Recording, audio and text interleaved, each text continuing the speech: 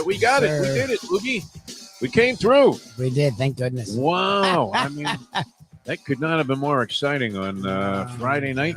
That was the like Panthers victory. You know what it reminded me of? It really did. It reminded me of that whole Nick Wallenda thing when he was going over the Grand Canyon there in the tightrope and they misgauged the wind.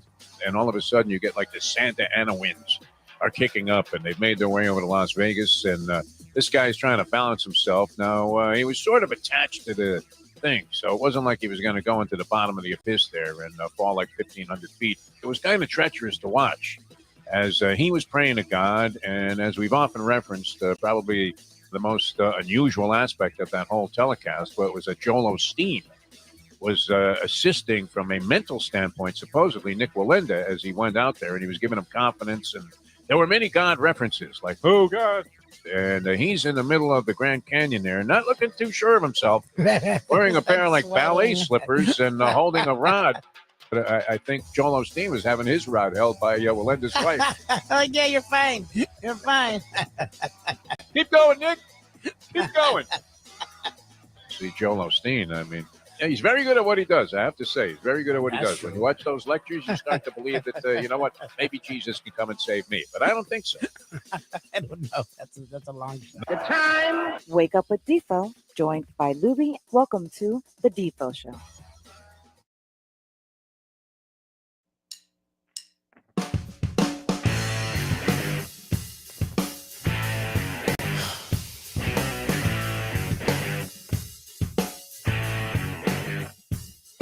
Welcome, one and all, to another edition of the Defo Show without Defo with Lubie here. We're on Ion Channel. Appreciate you joining me this morning. The weekend is near. It's funny, having Mondays off makes the week screwed up, but it also makes the week shorter, so it's a win. Like yesterday when I was doing the lunchbox with Mike Mayo, he's like, "What?" I'm like, "Yeah, it's Wednesday. It's Wednesday." Like it throws everything off, but for a good reason, because it's only the third day of working for a lot of people, and tomorrow's the last day, so that's a win. So hopefully everyone having a good week. Again, with that Memorial Day holiday, shortened everything up. The weather's been crazy down here in South Florida, and I know most of you follow us from South Florida, but I get it. We are on the internet, we're digital, so everyone can watch us everywhere, which is really cool, and we appreciate that. Did speak with Defo finally for the first time. I give Defo credit. Like, he promotes us in a way that I never would think about. I do trivia twice a week. I never mention the show. Not because I'm not proud of it, not because I don't love it, but I'm there to do trivia. So I feel like, yeah, people ask me, and it happens, oh, are you Lubie? Oh. So I'll talk about it, and I'll tell them where we are. I mean, once they ask, it's a 20-minute conversation because we're doing more things now than we ever did. We're in more places than we ever were. And there's, other things that, that are thought of. So it's then 20 minutes, but to just come out and tell people, I don't do that. You're there for the trivia. I'm Mike Lubitz, the trivia guy. It's not really about me. The Professor Ken really does most of the work. It's you having fun with trivia, having a good time. So I don't really think about self-promotion. That's just, maybe that's half of my problem.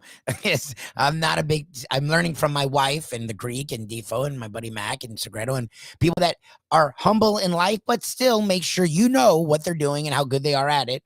I didn't grow up that way. That's just not something, like, my family was work hard. And it's the worst mentality. Literally, it will never get you promoted. It will never get you raises. It'll never get you recognized.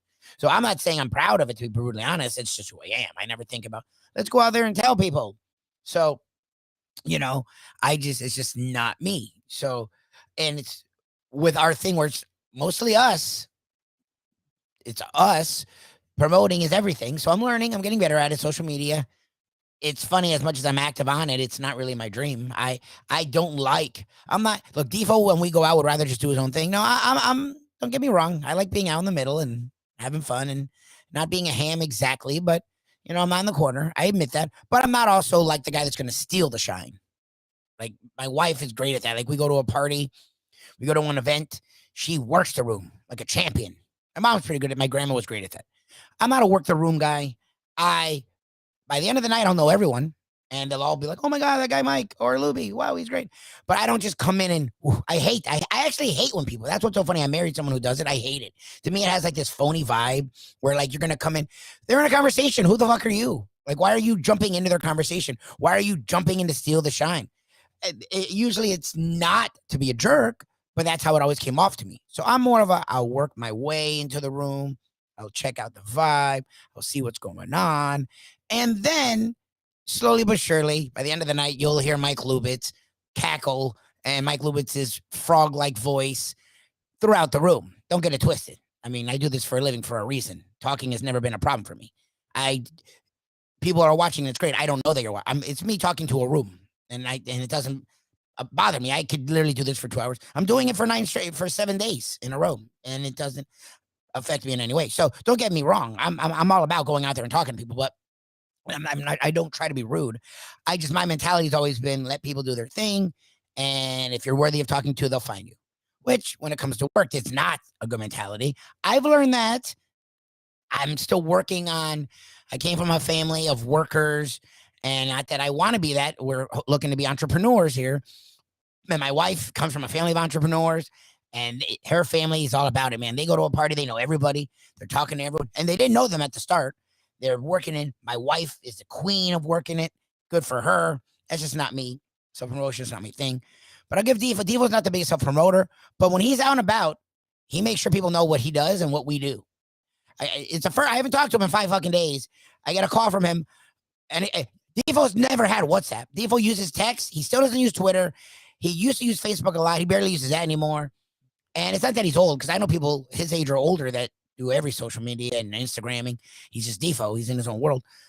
But he's found WhatsApp because he's overseas and he wants to keep in touch with his son and people over here and me. So I'm talking to him once in a while, every couple days. And then I get a call from him.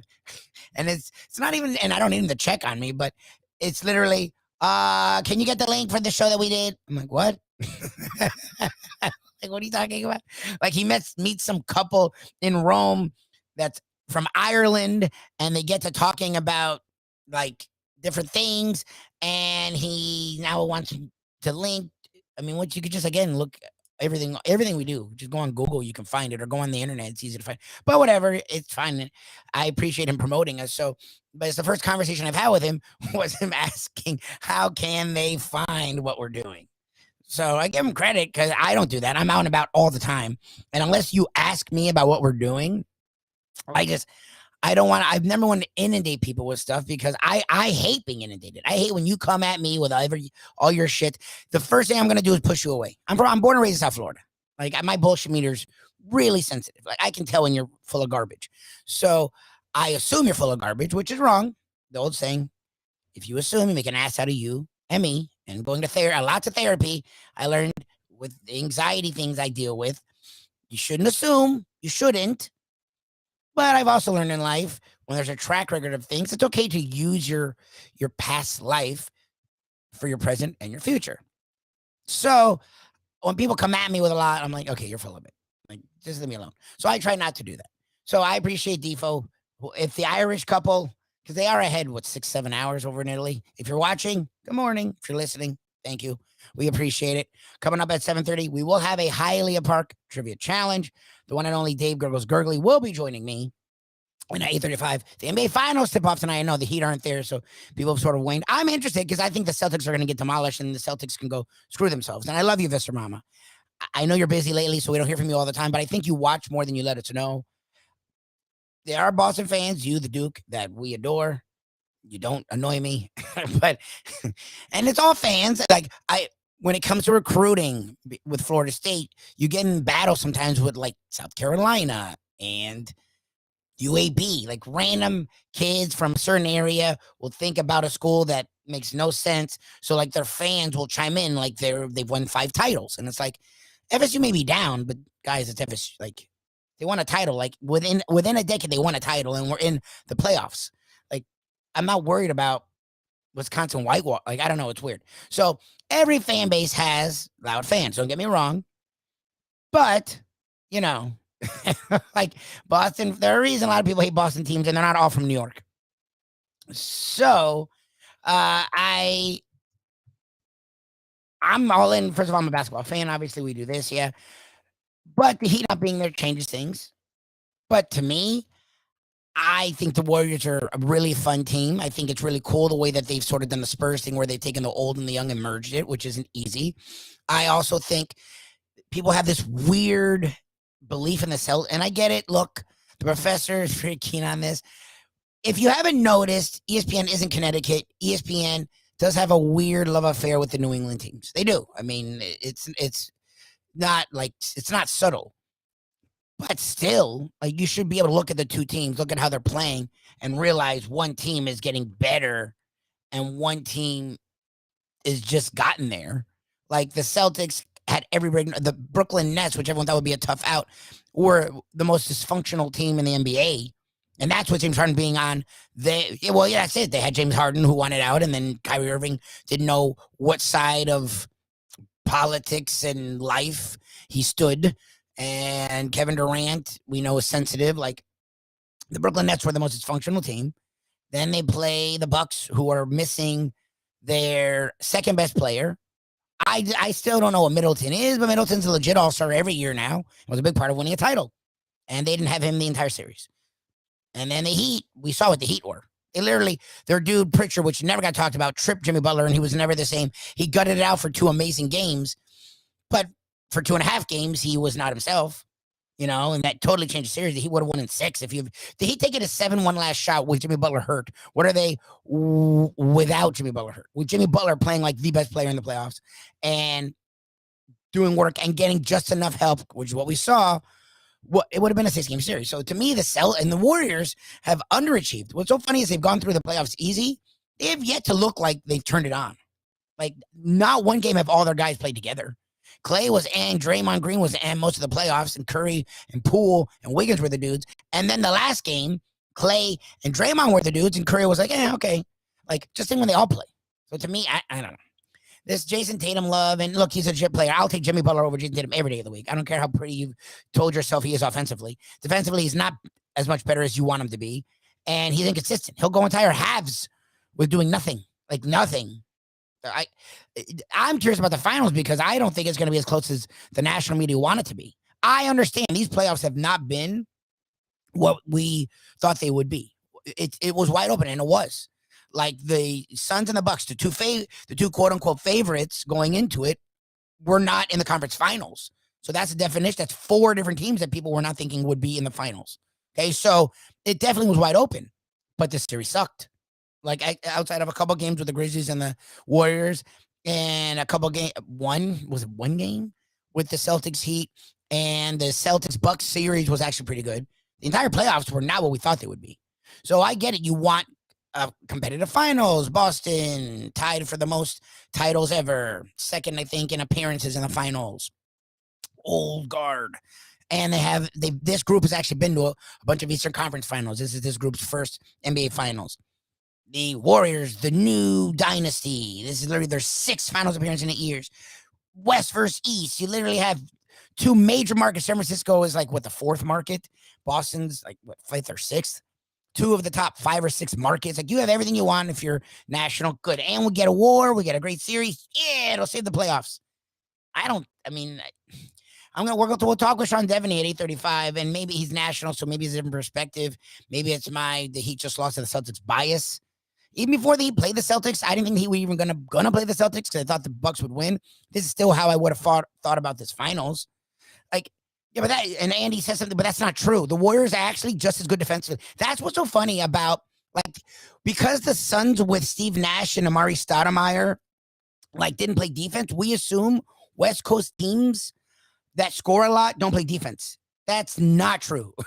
The Warriors, their entire run, were the best defensive team in basketball whenever they were healthy. And if you look at their defensive efficiency now in the playoffs, they're literally tied with the Celtics. So they're just as good defensively as the Celtics, just as physical as the Celtics, longer, more athletic, because they are, deeper, and more talented. And they have the veteran coach like a Spo. Like, Spo was the better coach. Spo's coaching is what kept the Heat in that series for most of the time. Just think if he had his team healthy. Like, it wouldn't even been a close series. That's what the Warriors are. So to me, and I'm on a soapbox, and like Defo and I joke, whenever we get on this soapbox, we're wrong most of the time. So I'll do my best VSIN impression, Barry America. But and I didn't even expect to talk about the finals this long, to be brutally honest. There's plenty going on in the world of sports. Coco Gauff, I think, is going to be taking the court soon, and she is South Florida girl gone great.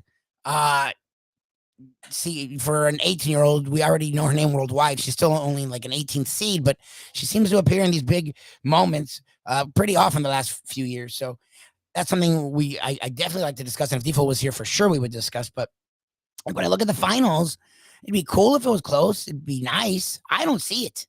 Like I don't, and I don't have an I can't stand the Patriots. I've never been a big Celtics fan, but I've never really hated the Celtics. It's just the two teams look very different. Like and again, you guys, Julian and Andy, if you're on the chat, are finding the things the national media. Well, first of all, Memphis is really good. Memphis would have blown the Celtics out of the water. Memphis is super underrated because Memphis is great defensively, offensively, and can win with or without a superstar, which even the Warriors struggled with. So Memphis, I don't think that's an apt comparison.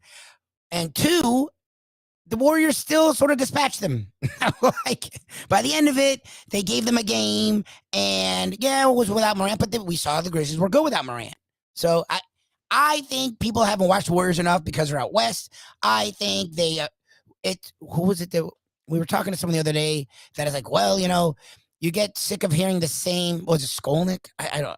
You get sick of hearing the same names over and over again. So you sort of just want to, throw them aside. They're not the same team.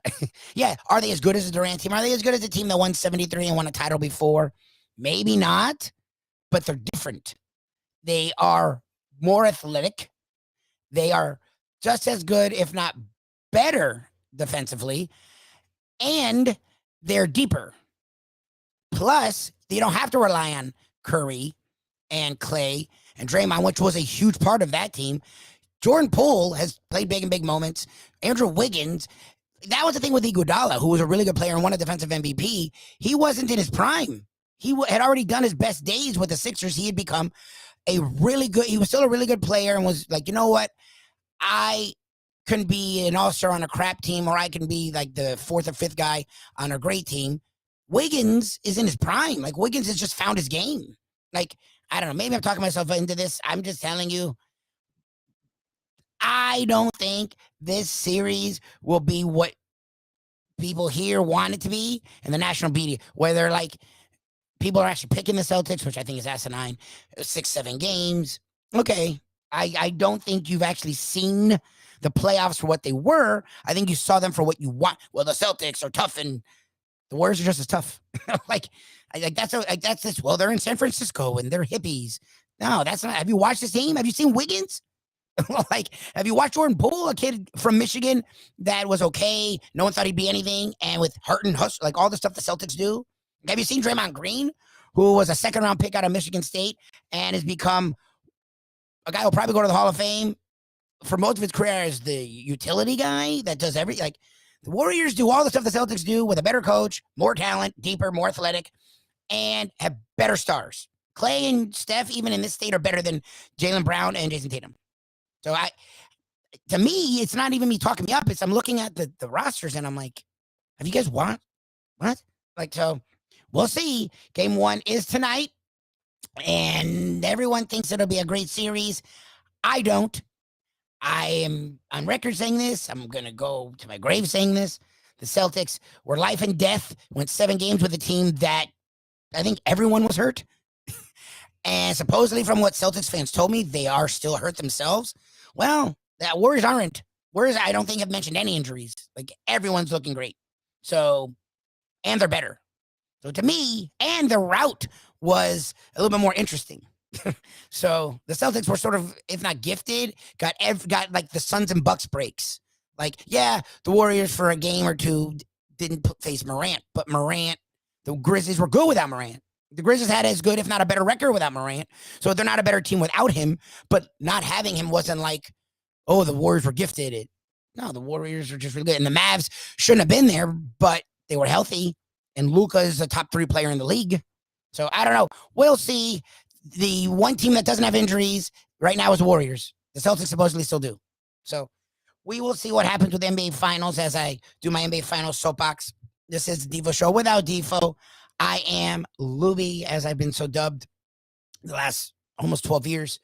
Coming up in about 10 minutes, we will have the Hialeah Park Trivia Challenge with the one and only Dave Gergely. Really, it was really cool. Last week, I do, as I mentioned, the trivia Tuesdays. We're at a place called Vega Lounge out in, it's called Pompano Beach-ish area. And we've been doing the trivia, over a decade, I think. And on Thursdays, the great establishment that gives you your gift certificates for the trivia challenge, Landlubbers, an institution in the plantation area, literally like been there longer since I've been alive, and I'm almost 40. I've literally been going there since like when I was in high school. Every Monday was the spot. We'd go to Landlubbers, school group that plays in our trivia every week, which is really cool. So they didn't have trivia then. Trivia wasn't this big thing when I was in high school, but been going there since then. Landlubbers, so we do the trivia. Last week, Mr. Trivia himself, Dave Gergely, showed up, which I thought was really cool. Meant the world. He had fun, which is even better. So he will join us here, the place where he's been a trivia connoisseur for, talk about decades, over 2 decades. The one and only Dave Gergely. Last night, I actually did something pretty cool, pretty fun.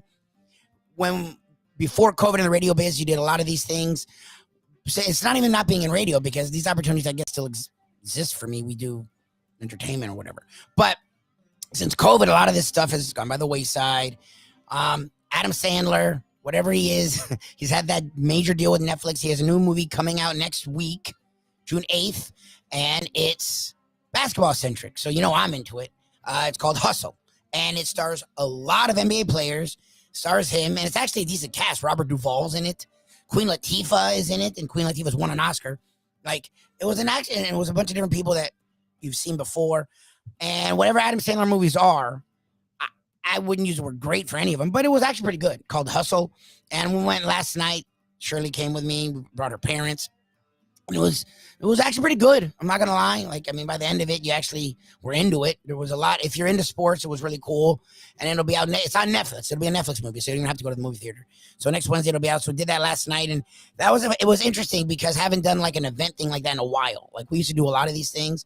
Like, first of all, look, a free movie, and they give you a free concession. You're not gonna, that's like, hey, that's the funny thing is, like, quote unquote hookups. To me, that's one of the coolest things. To get like popcorn is like $15, right? So they like give it to you free, which, and as Defo's described, that's not a lie. Free is, if it ain't free, it isn't journalism. Well, if it ain't catered, if it ain't catered, it isn't journalism. But free is a part of that. That was a part of it last night, and I thought that was one of the coolest things I've ever had. Like, here, whatever you get at the concessions, it's free. What? Like, it took me 20 minutes. I'm like, I don't even know, like, what? I couldn't compute that. I barely go to concessions. Like, it's so ridiculous to buy popcorn's like 50 cents, and they charge you like $8. Nachos are like $1, and they charge you like $9. A soda is like, what, 75 cents, $1, and they charge you $6. So it's like, okay, that boggled my mind. So I was there. Sher's like, order. I'm like, I don't even know what to do here. Like, I can't even. So we sit, Hustle. I'm like, yeah, it's Adam Sandler. Like, you take it with a grain of salt. It actually pretty good. The storyline was decent. The writing was okay. The acting was actually pretty solid. It was cool to have the actual NBA players playing themselves, and then like the actual teams being themselves, which you don't always get. Usually it's a guy with a fake name or whatever, but no, you have Mark Jackson being Mark Jackson, and Kenny Smith actually played a character, so he didn't play himself. But like, you'd have these NBA players, Tobias Harris be Tobias Harris, and Kyle Lowry was in there as Kyle Lowry, and Chris Middleton's in there as Chris Middleton. And they talked a lot of basketball talk, and it was actually pretty true to form a lot of the time.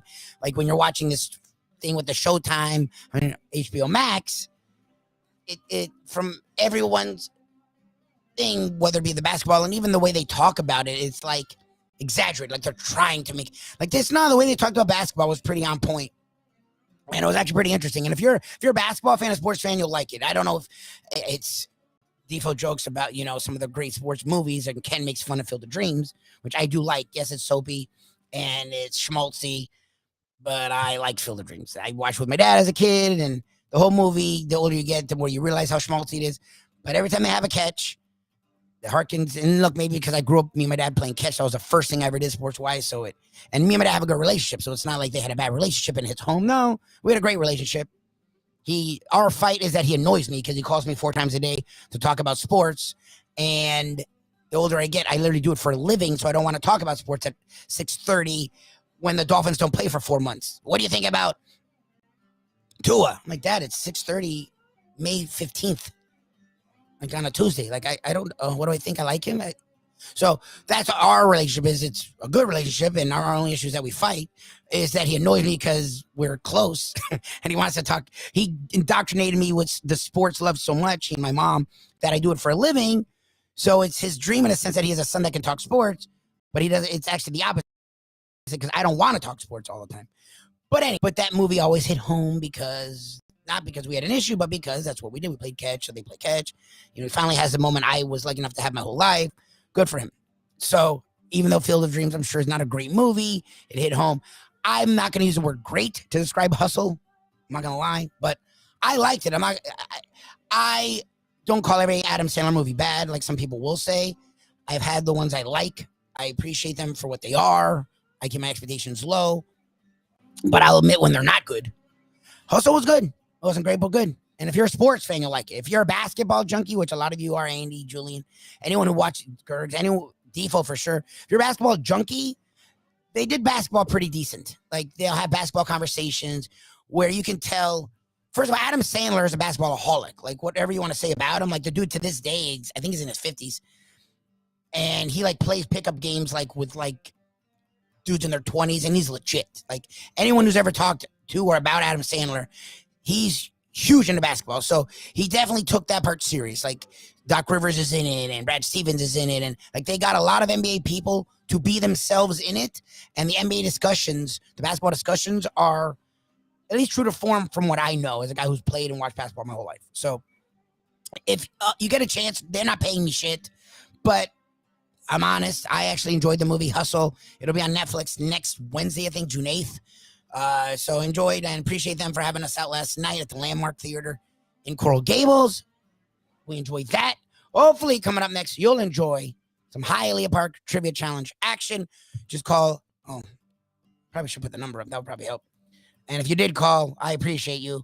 I can't answer the phone and be on the air. As Segredo was talking about yesterday, it was nice of him, but it's actually the truth. I can't do everything at once. I try. It's actually a good time to try and do everything at once, but I cannot do everything at once.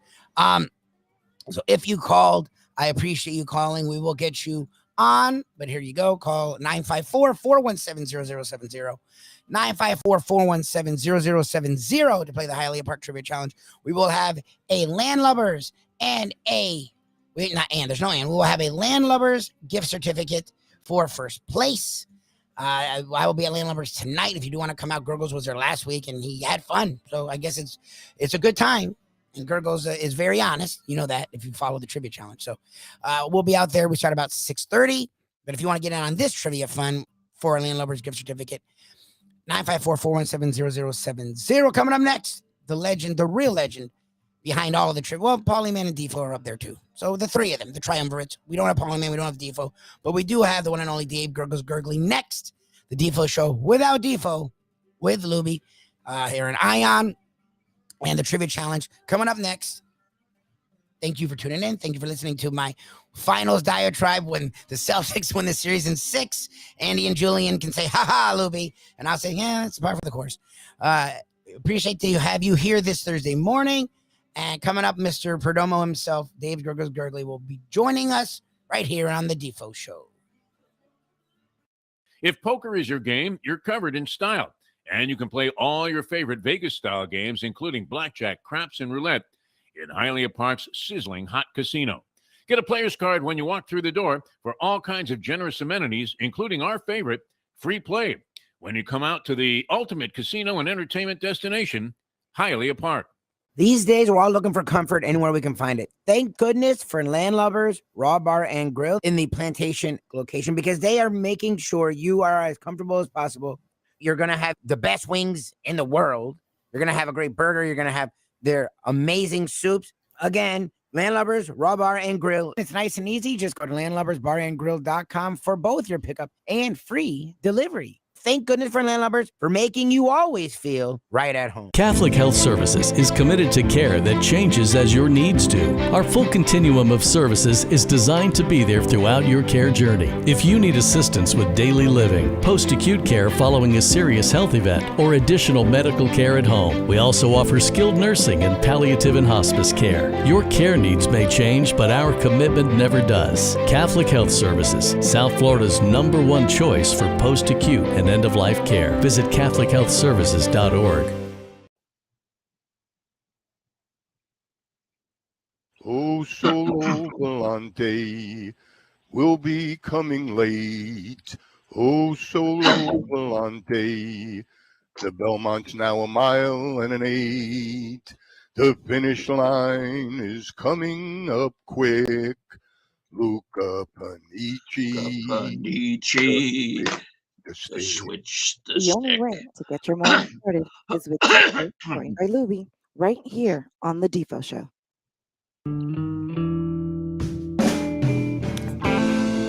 Welcome one and all back to the Defo Show. No Defo, just Lubie here on the Ion Channel. We are now joined by the man, the myth, the legend himself, the one and only Dave Gergely for some trivia fun. So we do have someone on the line. So those who want to get in, I promise I'll call you back. So stand by. We will get into your fun, and I appreciate all the support here on the Trivia Challenge so far. And I appreciate this gentleman having the time to join me, because talking by myself does get lonely. Good morning, Mr. Gergels. How you doing, sir?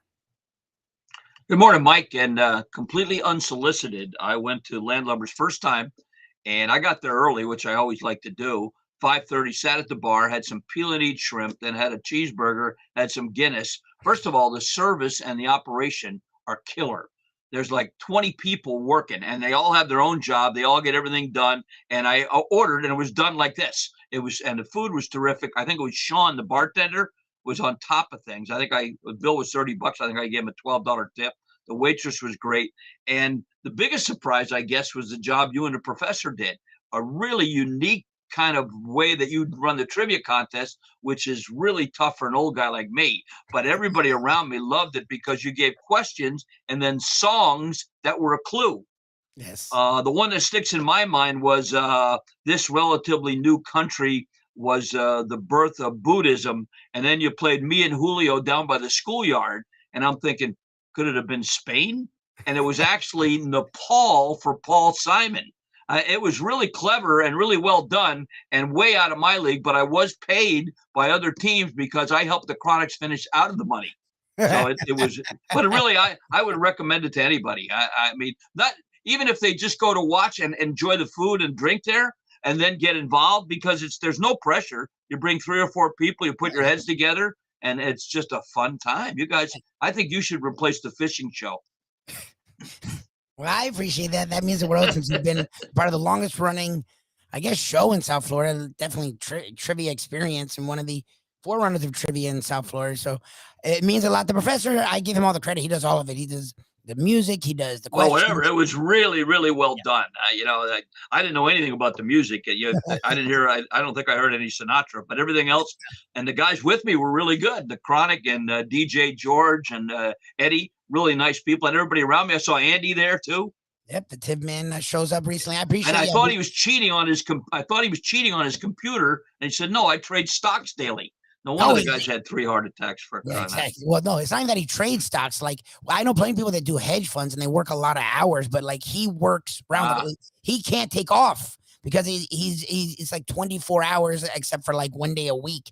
So literally, he'll come out to try and have a life, and he's working the whole time. It's like the weirdest combination. Yeah. So I appreciate everyone that comes fun. out. I mean, it's worth it just for the food and beverage. They did a terrific job. The food is really, really good. I'll go back there even without the trivia show. I mean, it was really, I'd recommend it to anybody. It's like you've talked about it for years. We make fun of Defo for being the show, quote unquote, but the people we align ourselves with know what they're doing. There's a reason we're with them for so long and they're with us for so long because we believe in them. And landlubbers, look, it's not a joke. Defo makes fun of me for saying it. I've been going there since high school. Like, it's a bar. And Soufreen fits right in. He's like a monster. I don't know, monster degenerate. He's a guy that has a bet on everything, and he does some of the weirdest bets because he's a degenerate. But they do a good job. Like, their burger's legit. Oh, the really good food. Really good. They try different. I'm a peel and eat. I'm a peel and eat shrimp fan, and it was a great appetizer. And it goes way back on the show when we were on. I had a sponsor called the Park West Pub or something like that, and it was right near Calder, and I had a great deal with them. And then Defo and Paulie got mixed up with some guys like a little bit mob related in a place called Huddles, and I had to drop my sponsor, which had great food. And Huddles, I don't know what they had except maybe Paulie owed them money. I don't know. This is the Hialeah Park Trivia Challenge. Appreciate you all for joining us. If you do want to get in, eventually we're going to get to it, and we have someone on the line already. But if you do want to get to it, 954-417-0070. Get in the trivia fun. Can't you guys do a little barter with AT&T to get another line? I mean, tell them they'll do spots for them. How tough is that to do? I'm sure I can. It's just I'm still the only one that's going to answer it. I'm still the only one that's going to answer it. So that's the thing. Gotcha. Well, when Defo's back, two of you would, yeah. There you go. I'm sure Defo's going to handle the phone. So that's the thing is, it's still me only answering the line and only putting on one person at a time. So I feel bad for people not being able to wait on hold, but what the heck's the difference? You're waiting there, you're waiting on hold. So that's why I haven't done it. It's been an executive decision on my part that we only need one line. So like we get the people calling and they're great, and we get consistent people, and we've grown a little bit, which is the goal. But like we only need one person at a time. So give us a call when that line drops off. And at some point, yes, we'll have a whole phone bank and we'll do the whole thing. But right now it's one line. So 954-417-0070. Before we get to the trivia challenge, there's always some fun tidbits Gergels likes throwing our way. Whether it's sports, life, or romance. Mr. Maldives. So anything you want to throw out there on this NBA Finals opening Thursday? Well, let's talk about the NFL instead. Tomorrow, I'll be at another golf course that I will mention, but I will be raising money for the TJR Foundation, which is our friend Al Riveron, who used to be head of the NFL referees, and I'll be doing Beat the Broadcaster, and I'll see my old buddy, Roger Goodell. He will be there as well as a bunch. Yeah, and he is, he looks stiff and people always give him crap and stuff like that. And he makes $42 million a year. But in person, could not be nicer. Just a super guy. And actually on the tee, if they beat my shot, and they're all referees from all over the NFL coming in, if they beat my shot, I have T-shirts made up that said, I beat the broadcaster, but it's under review. So I think we'll get a little fun with that tomorrow. Yeah. Well, that's cool. And it's raising money for a good cause. Well, no, I'm sure. And that's really cool that you do that. Like, how'd you get started with these Beat the Broadcasters? Like, I know you're like the man. Well, it's a great story. When I started with Defo 26 years ago, Coach Shula was doing a tournament right here for breast cancer research because his first wife, the lovely Dorothy, passed away from breast cancer.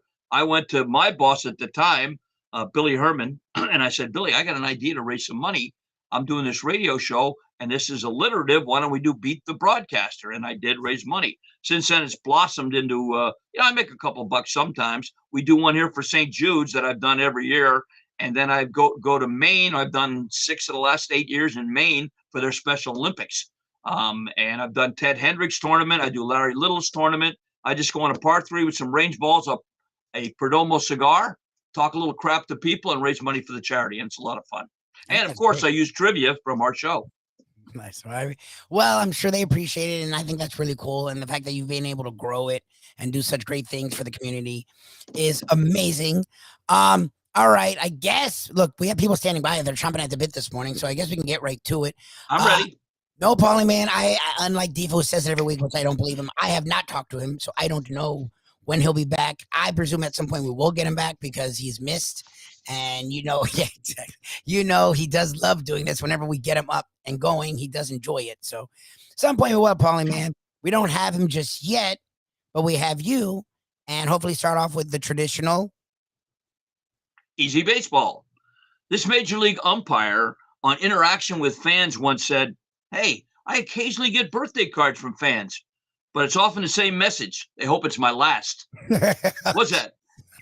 Al Foreman, George Fenneman, or Boy George? It was just Scrambler.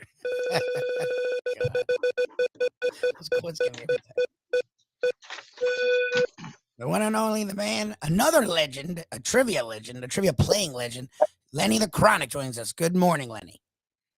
Hey, what's up, guys? Hey, Gerg, thanks for coming last week. We had a lot of fun with you.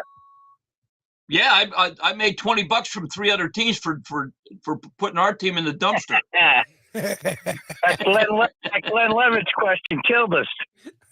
Yeah, me and George should have had that. Definitely, yeah. Yeah, mama.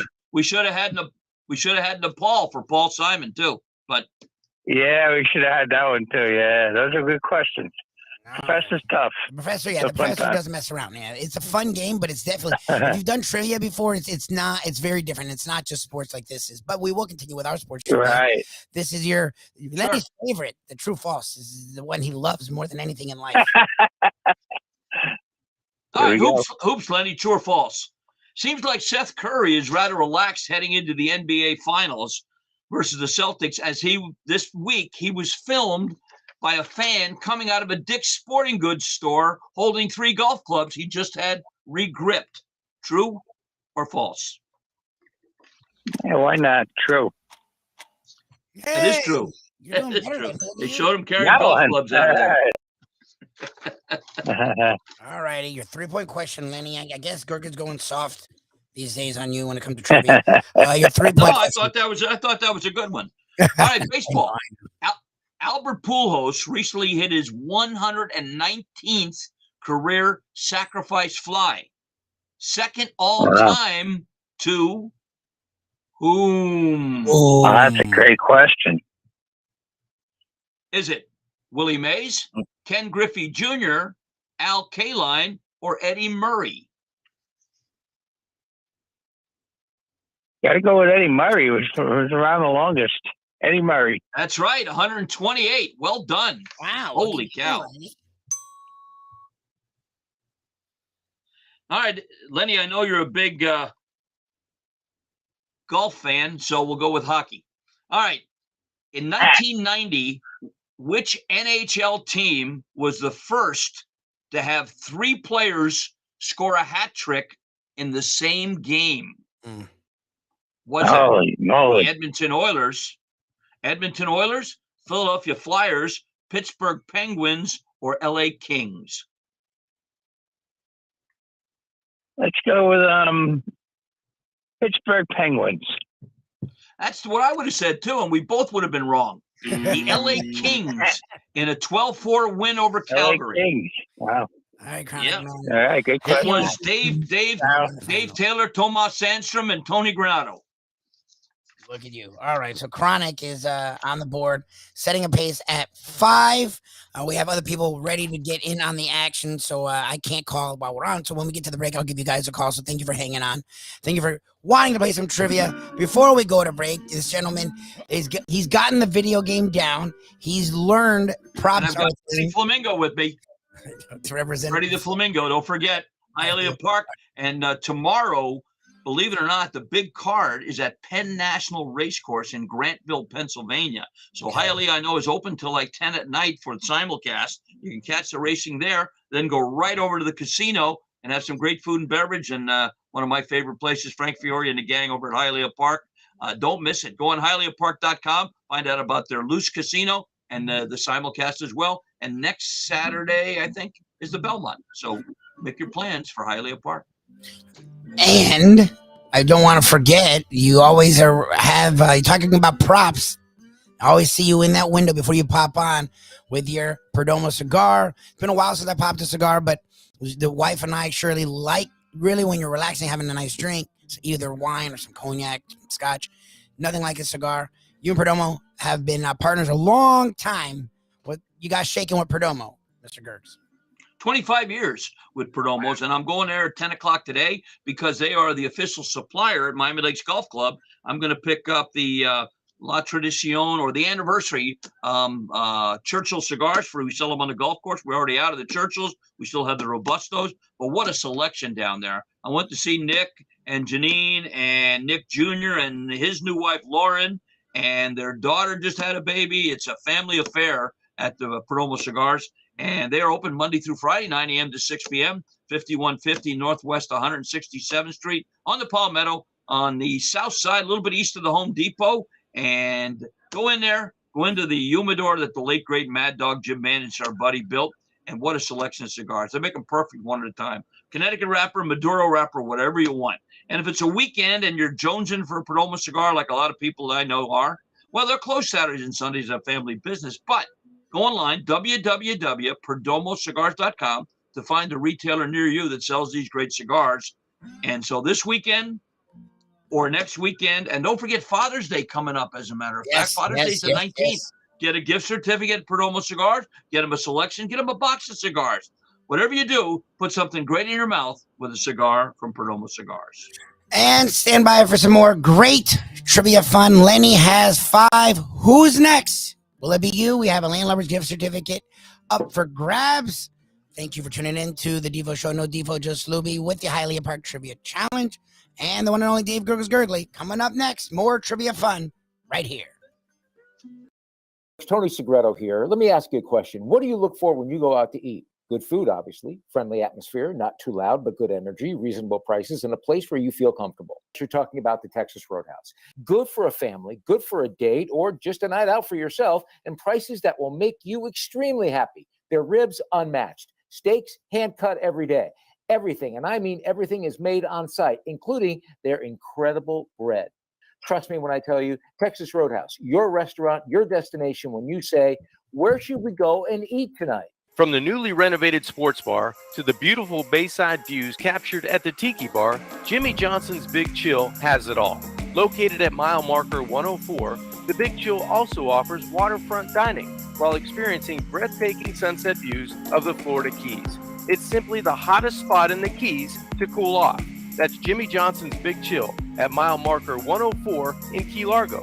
For more information, call today at 305-453-9066. Any time of year, things can happen to your home or business, and the insurance company can be your friend, but they also can be your enemy. Horizon Public Adjusters, Justina Testa, are here for you to help this process go so much easier. 7 to 10 times more money recovered with a public adjuster than if you went on your own. If there's no recovery, there's no fee. Before you call your insurance company, call Horizon Public Adjusters and Justina Testa at 954-809-8752.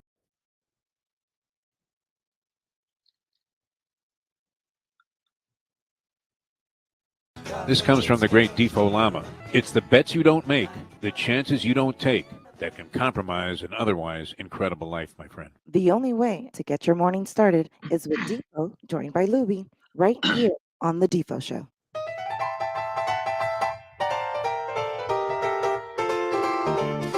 Welcome back to this edition of the Hialeah Park Trivia Challenge. Mike Lubitz here. No Defo. He is in Italy. I did talk to him. He ended up saying there's been no crimes committed. No one's left the other. He actually sounded happy, which I did not expect. So good for him. They're enjoying themselves.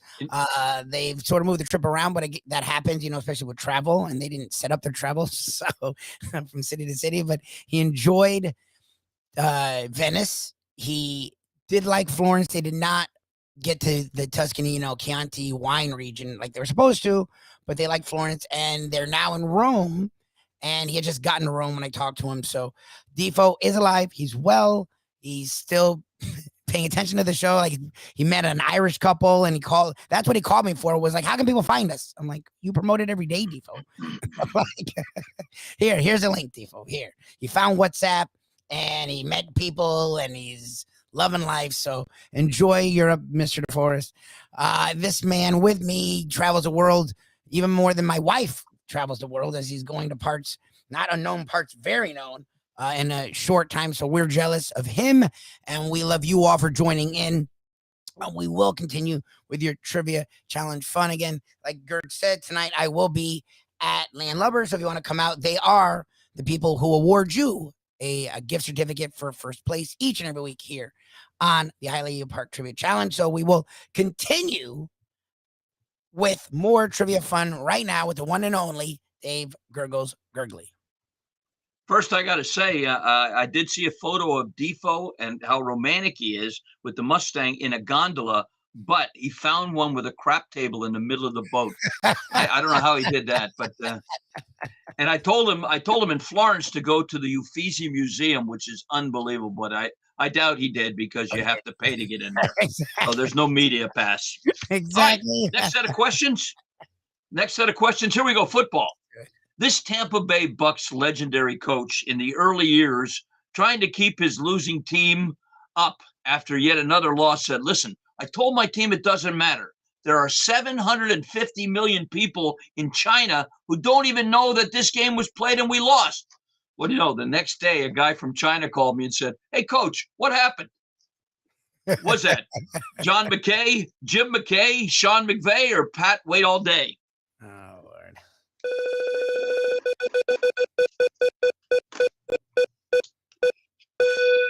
Mike, good morning to you, Mike. How you doing? Good morning, gentlemen. Hey. Nice. Mike's become a vet. Good job, Mike. You got one, my friend. Well done, Mike. Golf, true or false, Mike? This weekend is the Memorial Tournament held at Muirfield Village. Jack Nicklaus, the host there. And believe it or not, 30 of the 46 editions of this tournament held in Muirfield have been hit by harsh weather delays. Legend has it that the course is built on the burial site of Chief Leatherlips of the Wyandot tribe, and hence the weather curse. True or false? True. I don't even understand. That is true. You lost That's me. true, believe it or not.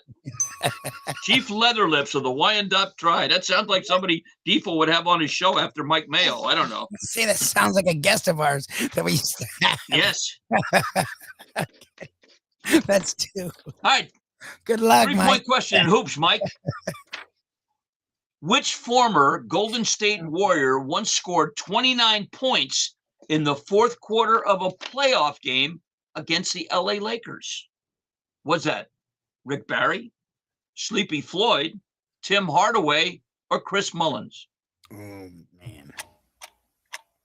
I'll say Mullins. That's a logical guess, as is Hardaway and Barry. But it was the other one, Sleepy Floyd, Floyd's had in there for 29 points in a 1986-87 playoff game against the Lakers. All right, this is your 5-point question, Mike, to take the lead and bump out Laney the Chronic. Good luck. Okay, the Rangers are up 1-0 on Tampa Bay Lightning, who's trying to win 3 Stanley Cups in a row. Who was the first team in Stanley Cup history to win 3 consecutive Stanley Cups?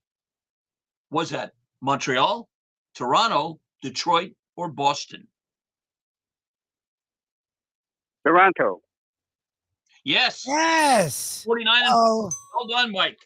oh, Mr. Chronic, you're in for some fun, Mike. Hang around. 1967. You'll probably be in the finals. So thanks for joining in, and stand by. You may or probably, we'll see which word is correct, be in the finals. This is the Hialeah Park Trivia Challenge. We do have talking about finals, the NBA finals tonight.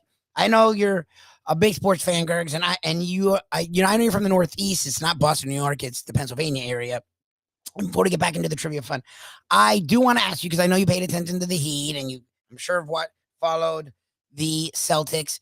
The professor are seemingly on the same wavelength. And again, I know Professor Mama's not going to like this wavelength, but I know from what I've seen of the Warriors, they just look different. And what I've seen of the Celtics, yes, they're tough. And I'm not saying they're going to get blasted. Like, I don't think they're going to get blown out in games. I just think the Warriors are going to have too much for them.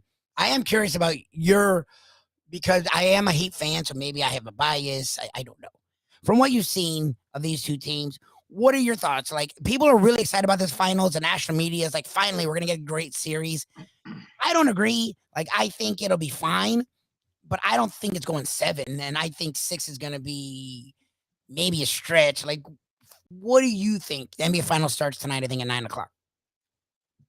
Well, this little nugget that I heard, Marcus Smart, the defensive player of the year, in the last 5 meetings guarding Steph Curry scored a total of 30 points against him. I know. A total of 30 points. Now, that's just one isolated statistic.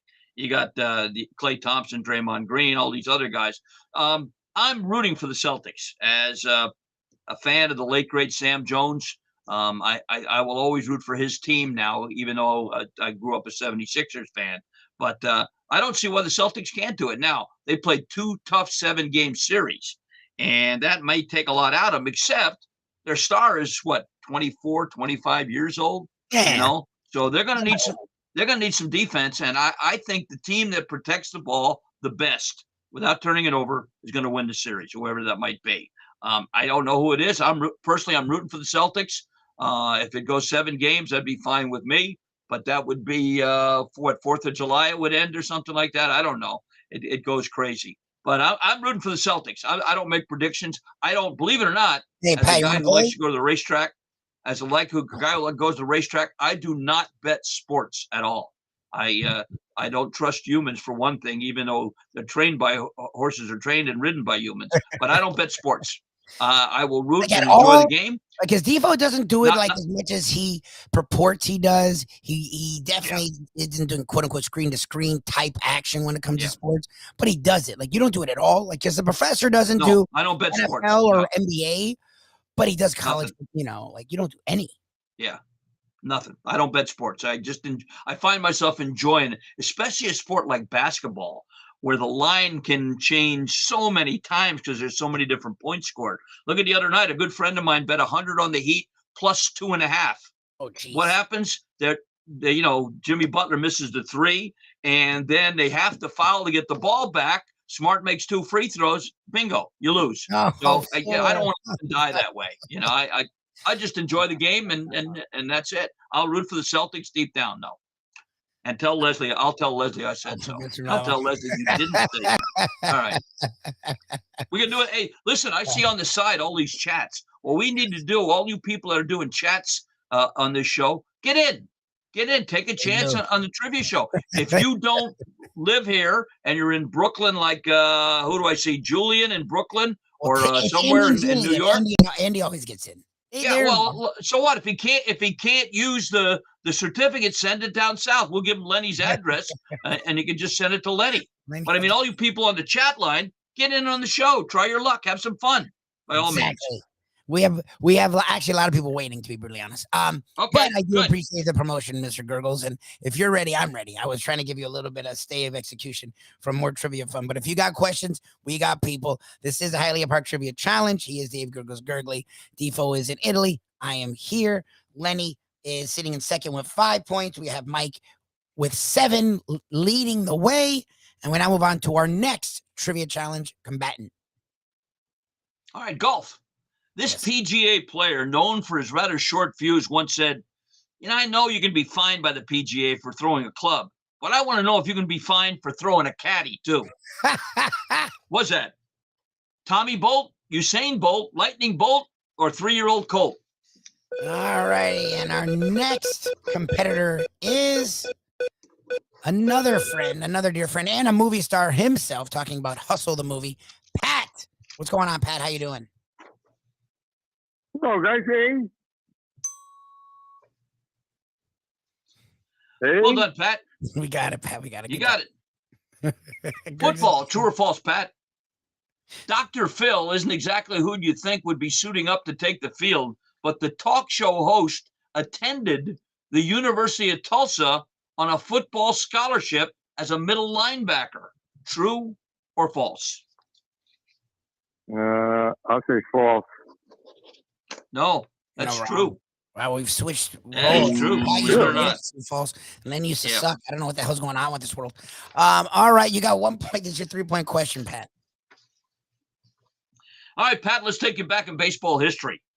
We want to know who was the first baseball player to hit for the cycle with the home run being a grand slam as a part of that cycle. Jeez. So was it Bill Terry, Lou Gehrig, Hank Greenberg, or Jimmy Fox? Oh, God. Hank Greenberg. That's a nice No, guess. it was Bill Terry, as a matter of fact, who I Terry. believe Oh, hit Terry. 400 in the National League in 1941 as well. God. Of all the I will people- try and get this one a Wow. little closer. I heard NBA. everyone loved him. You got one. This is your 5 point to nudge Lenny out for second place, Pat. Which one of the following warriors once recorded a triple-double in an NBA Finals clinching game? Was that Steph Curry, Rick Barry, Nate Thurman, or Draymond Green? Nate Thurman. It's got to be No, Draymond. Nate Thurman's the first guy to have a quadruple-double, Oh, wow. but the one that had the triple-double in the clinching game, 2014-2015 season, Draymond Green. Yeah, Draymond. All right, your bomb's away there, Mr. Papa. We appreciate your support, and Have a good good luck on weekend, your guys. next line of movie roles. You too, Pat. That is Pat Fox, and he joins us each and Really every good guy. and he's a really good dude. Been with these guys, I don't know if it's 26 years, but he's been with you guys a long time, and we appreciate him, Andy, Julian, everyone that supports us each and every week here on the Trivia Challenge. We got more to come on your Hialeah Park Trivia Challenge. He is Dave Gergely. I am Mike Lubitz. No Defo on the Defo show, but we do have flamingos. Freddie the Flamingo. That's Freddie the Flamingo. Freddie the Flamingo. Talking about Beat the Broadcaster. You do so many things each and every day. What else you got going on at your home, away from home? Miami Lakes Golf Club, this Sunday we have the a junior tournament, the Nota Begay junior tournament. They do that all over the country. This is the South Florida version. Nota will not be himself, but it's junior golfers from 11 o'clock Sunday till about 11:40. Not a big field, maybe like 24, 28 of them. We have a new assistant pro, Jake Moscoso, who is really good, and he's starting summer camps for the kids all summer. We'll be a little quiet here during the summer with tournaments, but on Sunday, I'll be one of 24 guys going on a little trip to Orlando. So next Thursday, I will not be here next Thursday. Okay. Now, I'll be back in town Friday. Okay. If for some reason I could help you Friday, you just let us know. No, I'll keep we in touch with you, though. Yeah, we can move it to Tuesday or Friday. I mean, whatever works for you, Gergs. No, I'll be gone Sunday through Thursday. Okay, so Friday we'd have to make it Friday. Next week. All right, we can probably make it. If we do it. We can now. People love their trivia challenge. We don't want to miss out on that. We'll make it work. We will make it happen. I appreciate you making it happen, Mr. Gergely, and all your stuff. Yeah, Paulie will be here. I love Paulie, man. I really do. The fact So do I. when he couldn't figure out how to work email, I was like, oh shit. Maybe one weekend he's like me, he doesn't sleep. Maybe one Thursday I can get him to drive up here. I'll buy him breakfast afterwards, and we'll just share the screen. I'll take the headphones and Not him. the worst idea, to be brutally honest. Yep. I mean, your screen's big enough, so we can go Dave Gergely and Polyman. But this is a trivia challenge. When we come back, we'll play maybe one or two more guys and gals, and then get to the finals. Right now, Mike leading the way with 7, the Chronic with 5. A sweeper can take him out. We will see if we have that. More of the Hialeah Park Trivia Challenge coming up next, right here on the Defo Show without Defo, with Lubie and the one and only Dave Gergely. If poker is your game, you're covered in style. And you can play all your favorite Vegas-style games, including blackjack, craps, and roulette, in Hialeah Park's sizzling hot casino. Get a player's card when you walk through the door for all kinds of generous amenities, including our favorite, free play, when you come out to the ultimate casino and entertainment destination, Hialeah Park.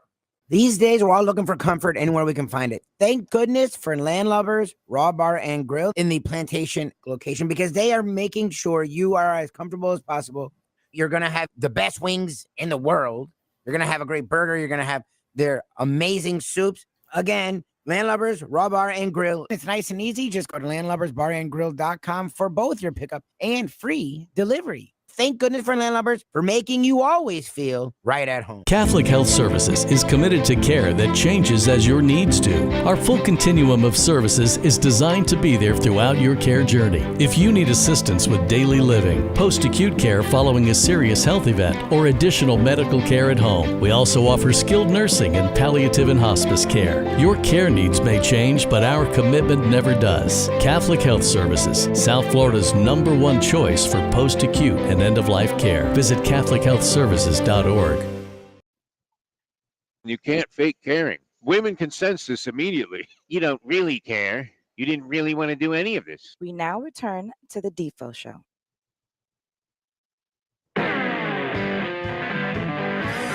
Welcome back, one and all, to the Hialeah Park Trivia Challenge.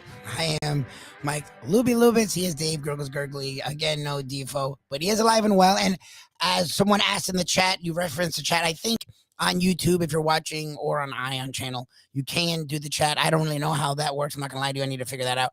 But I can respond, and we need to figure out how to get Defo and everyone else to be able to respond. But someone asked, has he found some kind of tracker per mutual? From what I know, no, he has not.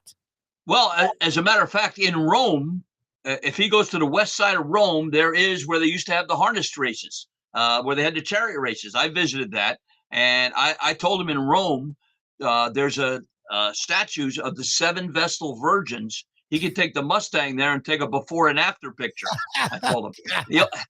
He should also go to the Colosseum. The Colosseum is unbelievable, and the Vatican. Even though he, last time Defo, I think, was in a Catholic church, they caught him going into the poor box and stuff like that. So I'd be careful there. But the Vatican is something to see as well. And any little side street in Rome, you walk in to a church and there's paintings that are unbelievable. Rome is terrific. The Trevi Fountain, the Spanish Steps. I gave him a bunch of places. I was in Italy and had just an extraordinary time. Oh, my favorite part about Rome. I'm sure they're having a great time. My favorite part about Rome is like the modern will be right next to something that's like 6,000 years old. Like it's you're exactly right. Yeah. It's like the Pantheon is there, and then they have outside dining right there at the Pantheon. Yep. Like here's gelato, and here's where Caesar, and here's where whoever the Romans were. I know Caesar's Greek, and here's where this happened 4,000 years ago. I'm like, okay, it's like in the town square. Groucho Marx told a story about walking down the street in Rome, and accidentally somebody bumped into him, and he dropped his cigar. And he said, Jesus Christ. And he turned around, and it was a priest. And the priest said to him, Groucho, you just said the secret word, and gave him another cigar. What a great story. Yep. Yeah, I loved it, man. Like Greece is similar to that, where they have a lot of older stuff, but it's sort of separate. Whereas like Rome, no, it's just like they build around it. And every church is like in New York, they'll have some churches like that that are ridiculous. But like every church, this little church, amazing. Big church, amazing. Everything's amazing. And the people are cool, and the food's spectacular. Like everywhere you go, because Shirley had been to a couple places where they were like her favorite place, so she had to go there. And I'm like, yeah, but didn't you tell me everywhere's good? So we would just go into this place or that place, and it was like the best pasta we'd ever had. The little trattoria, or however you pronounce it. Yeah, there you go in. Everyone's better than the other one, no doubt about it. An unbelievable spot. They'll have a great time. And the good thing for Defo, he's gotten in such great shape with his Walk for Life. You can walk all over Rome, and you do walk quite a bit. Yeah. And great ice cold Peroni beer, too. Yes, the Peronis, the gelato, some pizza. Yep. You're good to go. We're good to go with our trivia fun again right now. Mike is leading the way with 7.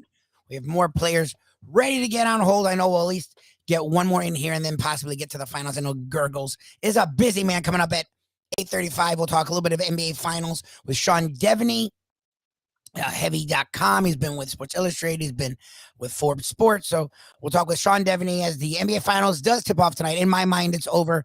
It'll probably go the other way now because I've gone all in on the Warriors. You'll see tonight. I think it tips off at 9 o'clock, and we'll get into more of the NBA Finals about 8:35 with Sean Devaney. We'll get into more of your trivia fun right now with the man himself, Dave Gergely. Football. This defensive back in the NFL on playing versus arguably the greatest runner of all time, Jim Brown said, we finally figured it out. The only way to stop Jim Brown was to give him a movie contract. What's that? Spider Lockhart, June Jones, or Spike Jones? It worked. He quit football because he found acting, so good for them. Good morning, Mr. Ron. Good morning, guys. Gurgles, I'm sorry I missed you last week in trivia.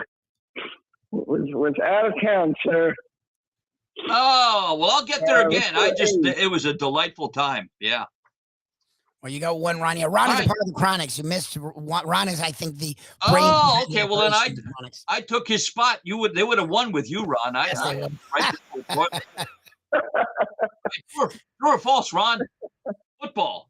During an appearance on the Dan Levitard show with Stu Gatz last week, Ricky Williams, who retired from the NFL in 2012, explained that he changed his name to Eric Miron and he took on the last name of his wife instead of her doing that of his. True or false? Yeah, that's actually true. Can't believe it. True. It is. Good for him. Williams, he's out there. Shirley tried. I was like, no, I love you. That's not happening. But I guess someone did it. So Ricky started. I don't know if it's a trend. We'll see if there's a trend for you, Mr. Ron. You have 2. This is your 3-point question. All right, we just had the Preakness. We want to know which jockey holds the record for the most consecutive Preakness wins. The most consecutive. I think it was 3 in a row. Is that Jerry Bailey, Gary Stevens, Pat Day, or Eddie Arcaro? Let's go Eddie Arcaro. No, Eddie Arcaro won a couple derbies back-to-back with Gato del Sol and another one of his mounts. But the 3 in a row was Pat Day, Tabasco Cat, Timber County, and Louis Catorce from 94 to 96.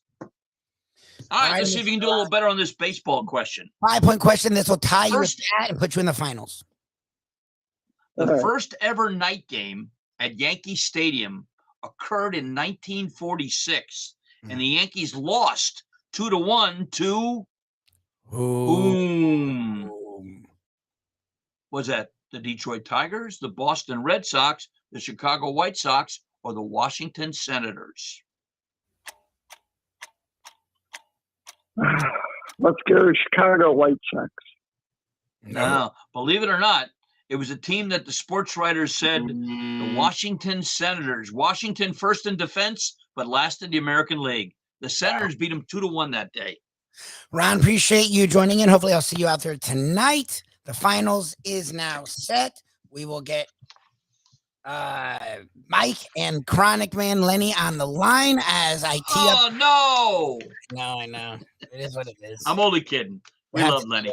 You have to deal with Mr. Chronic, and I do appreciate his support, and we appreciate all your support. Before I get them on the line, I do want to say you talked a little bit about Miami Lakes. I just wanted one more time talk about what you got going on with Perdomo. I know you've been with them. I didn't realize 25 years. That's amazing.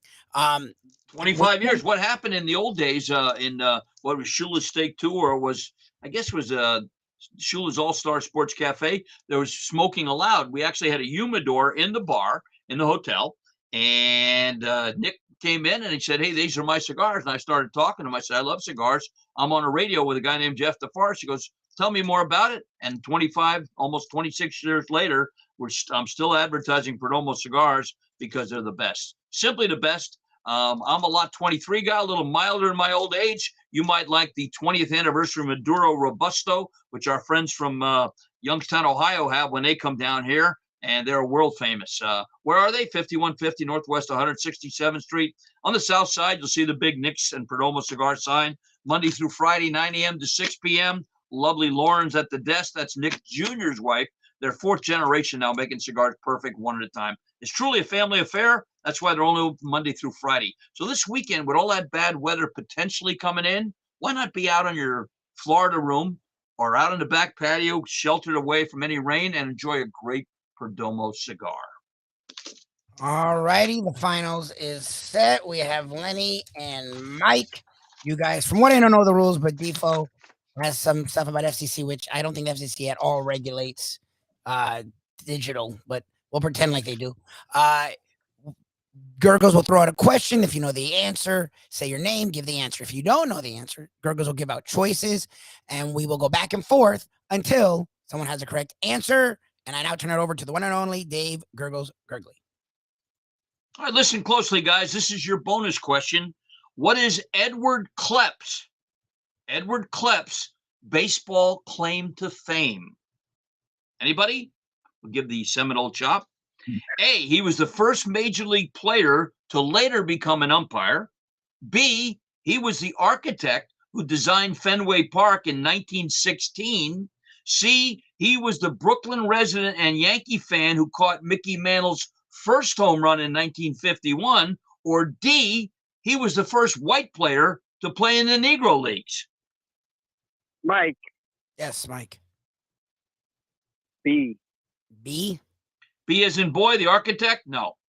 Lenny, 3 for you? The first Major League player ever to become an umpire later, the Brooklyn resident Yankee fan who caught Mickey Mantle's first homer in 1951, or the first white player to play in the Negro Leagues? I go with the umpire.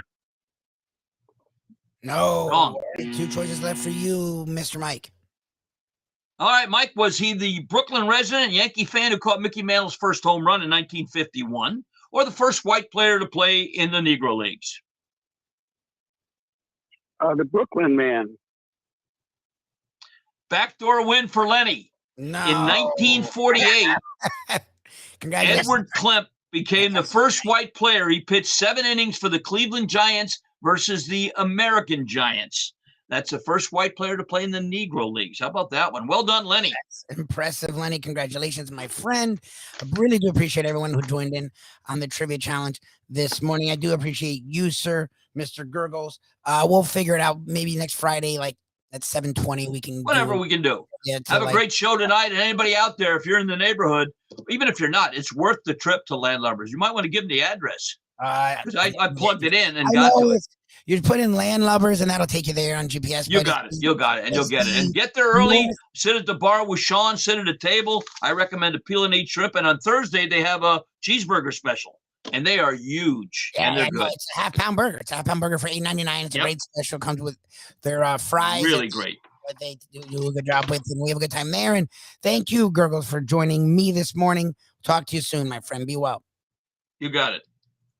This has been the Hialeah Park Trivia Challenge.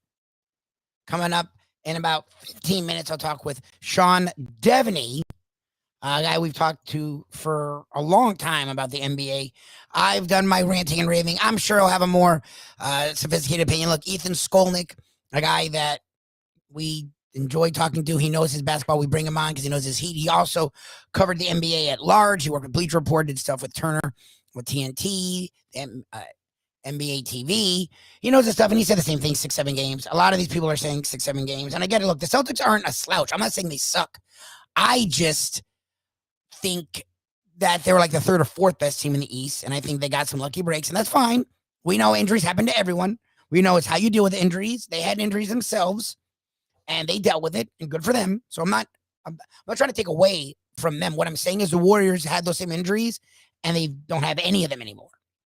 And they're the deeper roster, and they have more experience, and they have the better superstars. Because that was the one thing. Supposedly, Jaylen Brown and Tatum are better than the Heat's top 2 players. That's not the case with the Warriors. Like right now, I at times, Poole and Wiggins and Thompson and Green and Curry could all be better than Tatum or Brown, depending on how they're playing. And that's something that you couldn't say for the Heat. I mean, the Heat were a disaster between, even without injuries. Hero was horrendous. Bam Adebayo takes the offensive side of the game off for the most part. Outside of 2 games in that series. Strus, you can't count on. Like, that's not the case for the Warriors. Like, all their guys, even when Clay was playing whatever, he still was scoring 15-17. Like, they're just a different team. They're not the team that they were, fine, but they're the best team right now. To me, they're a different class. Both the Heat and even a healthy Heat this year, I didn't think they would beat the Warriors. Like, I think both the Heat and the Celtics, the most they were going to give the Warriors is 6 games. It's just this team is playing really well. And that's my opinion. We will see if it's fact or lunacy. Tonight, 9 o'clock, the NBA Finals tips off last night. We had 2 days ago, the Avs get to the ice for the Western Conference Finals in the Stanley Cup playoffs.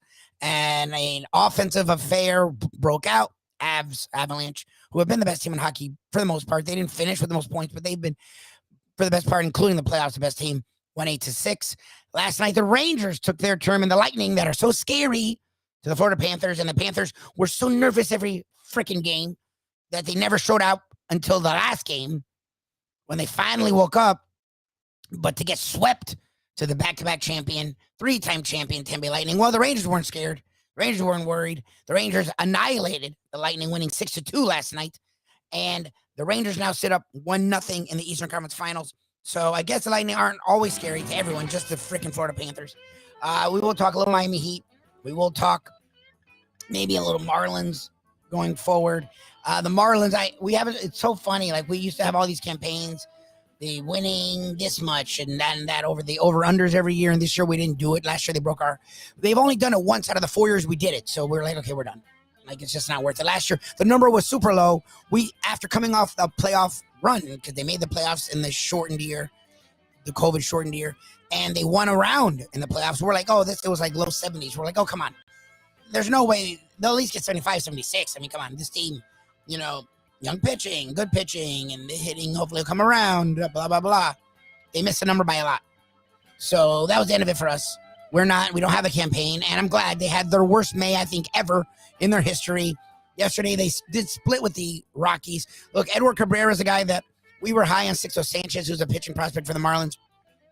A lot of people who know baseball thought Edward Cabrera would be better. They both have had injuries. Cabrera made his first start of the year and was amazing. Had a no-hitter through 5, finished with 6 ridiculous innings, pitching a 1-hit shutout. Himself, they went through and they pounded him 14-1. Jazz Chisholm has been one of those. The Marlins fail in a lot of trades. One trade that toward Zach Gallen has been good for the Diamondbacks, but Jazz Chisholm was the big piece in that trade, and he's the best offensive player. Jesus Sanchez is interesting, but Chisholm's been the best offensive player for the Marlins, so at least they got something right in the trade. Cabrera was scintillating, so that was nice to see. The Marlins won 14-1, and then the nightcap of the doubleheader versus the Rockies was an onslaught from both teams, 12-12, and then the Marlins, like they've done all year, lose late on a walk-off. Brendan Rodgers, I'm sorry, I had to look it up because I've never heard his name. Brendan Rodgers had 3 home runs, and I'm sure he's good, but it shows you how much I know about baseball. Brendan Rodgers had 3 home runs in the game and had a walk-off to win 13-12. And the Marlins, I know lead the league in 1-run losses, but like it's insane. I should have the number. I'm sorry I don't. But it's utterly ridiculous the amount of 1-run losses they have. Their bullpen has been an atrocity. They were supposed to try and work on the bullpen. The hitting hasn't been great, but it's had its moments. The pitching has been great. The starting pitching, the bullpen has not been good, and the back end has been a joke. Honestly, if they had half the 1-run losses they've had, they would be in first place in the freaking NL East right now. I mean, the rest of the division isn't good outside the Mets, so they're sort of hanging around. But they've been horrible. It's been sad. So we focus a lot on the Heat. We focus a lot on the Panthers.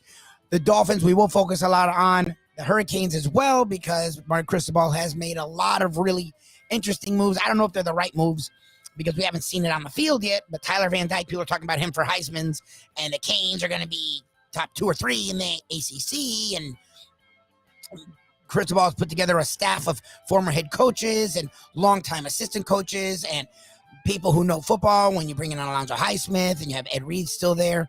So we'll see. The Canes, no matter what, and Defo talks about this all the time, win or lose, at least be interesting, at least be entertaining. The Canes should be entertaining. I mean, Cristobal's brand of football is actually from like the 1970s. So I don't know if they're going to open it up because he didn't open it up with Herbert. But you'd think with a guy like Van Dyke, running isn't his thing. Chucking it down the field is. He's a big dude with a big arm. So you would think that they will be entertaining. But Cristobal has definitely made them a topic. So we have a lot of good going on in South Florida. The Marlins right now are not it.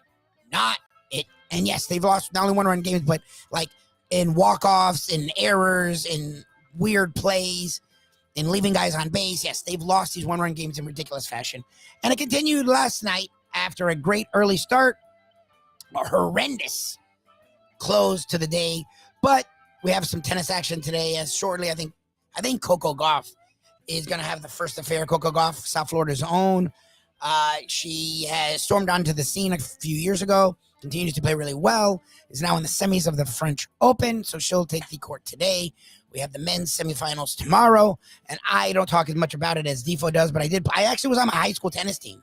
Like, I grew up playing tennis my entire life. Like, I love tennis. It's something we talked about with Mike. I talked with Mike Mayo yesterday on his Lunchbox show.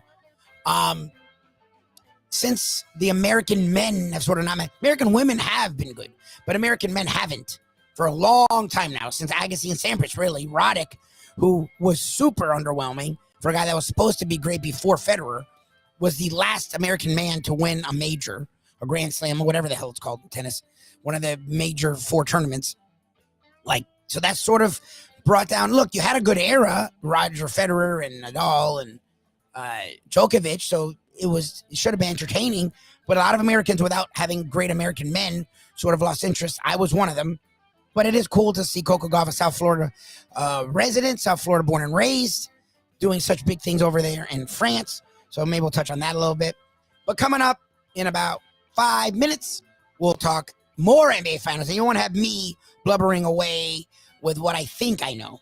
You'll have Sean Devaney from Heavy.com with what he knows, and his opinion's a lot more sound, a lot more rational. I'm sure, as much as I'm trying to not be biased, I'm sure I am. I can't stand the Celtics. I am a Heat fan, and I hate the way that series went. I hate injuries were such a big factor for the Miami Heat, and I have a lot of lament, and I admit it. So I'm sure that plays a part in there. I still think the Warriors win in. Look, if I was betting, I'd say 6 because I'd give them that extra game. I think it's going to be 5. Like, I think the Warriors still haven't played their best basketball.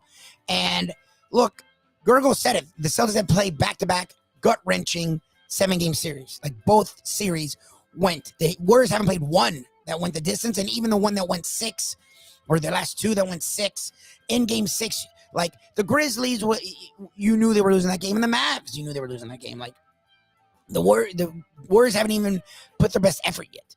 And they've done this. So I think that's what you're going to see. I think this group really wants to get that 4th title, putting them ahead of that 1980s Celtics, putting them right on par with that Spurs organization. But the Spurs, it took all of the 2010s and 2010s to get to 4. This group would get to 4 in 8 years, which is, I don't know if it's unheard of because you've seen in years past, but it's very Lakers and very Bulls. Now, the Bulls got to 6 in 8 years, but it's above that Celtics dynasty of the 80s, and it puts them really in a different class, and I think this group knows that. And Steve Kerr being a part of the Spurs, being a part of the Bulls, I'm sure won't let them forget it. We will see, and we'll talk more about it right here with Sean Devaney next. Also, check out what we do each and every day, the Believe Network. It's our exclusive content podcast that's more national. We do national here, we do local here, but it's the national stuff. Yesterday, had an interesting conversation with Georgia Durant. It's either Durant or Duranty. I called her Georgia Durant. She didn't have a problem with it. A woman that it's funny, you watch the movie Forrest Gump and you're like, this dude lived a life that doesn't feel real. She literally lived, and it was a movie. So, of course, it wasn't real. It was a fictional movie. This woman, Georgia Duranty, lived a life that doesn't feel real, and she lived it. Was a model, married into a man who was in the mob, became a mob getaway driver, then for decades was a stunt woman, and has been a mother, been divorced, been remarried. She's remarried.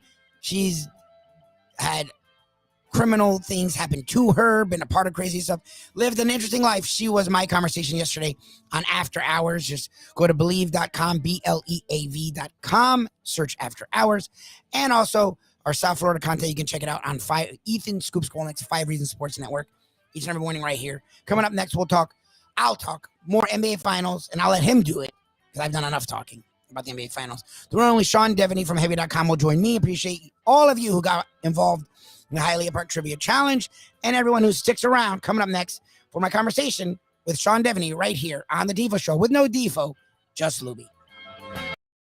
Tony Segreto here. Let me ask you a question. What do you look for when you go out to eat? Good food, obviously, friendly atmosphere, not too loud, but good energy, reasonable prices, and a place where you feel comfortable. You're talking about the Texas Roadhouse. Good for a family, good for a date, or just a night out for yourself, and prices that will make you extremely happy. Their ribs unmatched. Steaks hand-cut every day. Everything, and I mean everything, is made on site, including their incredible bread. Trust me when I tell you, Texas Roadhouse, your restaurant, your destination when you say, where should we go and eat tonight? From the newly renovated sports bar to the beautiful bayside views captured at the Tiki Bar, Jimmy Johnson's Big Chill has it all. Located at mile marker 104, the Big Chill also offers waterfront dining while experiencing breathtaking sunset views of the Florida Keys. It's simply the hottest spot in the Keys to cool off. That's Jimmy Johnson's Big Chill at mile marker 104 in Key Largo. For more information, call today at 305-453-9066. Any time of year, things can happen to your home or business, and The insurance company can be your friend, but they also can be your enemy. Horizon Public Adjusters, Justina Testa, are here for you to help this process go so much easier. 7 to 10 times more money recovered with a public adjuster than if you went on your own. If there's no recovery, there's no fee. Before you call your insurance company, call Horizon Public Adjusters and Justina Testa at 954-809-8752.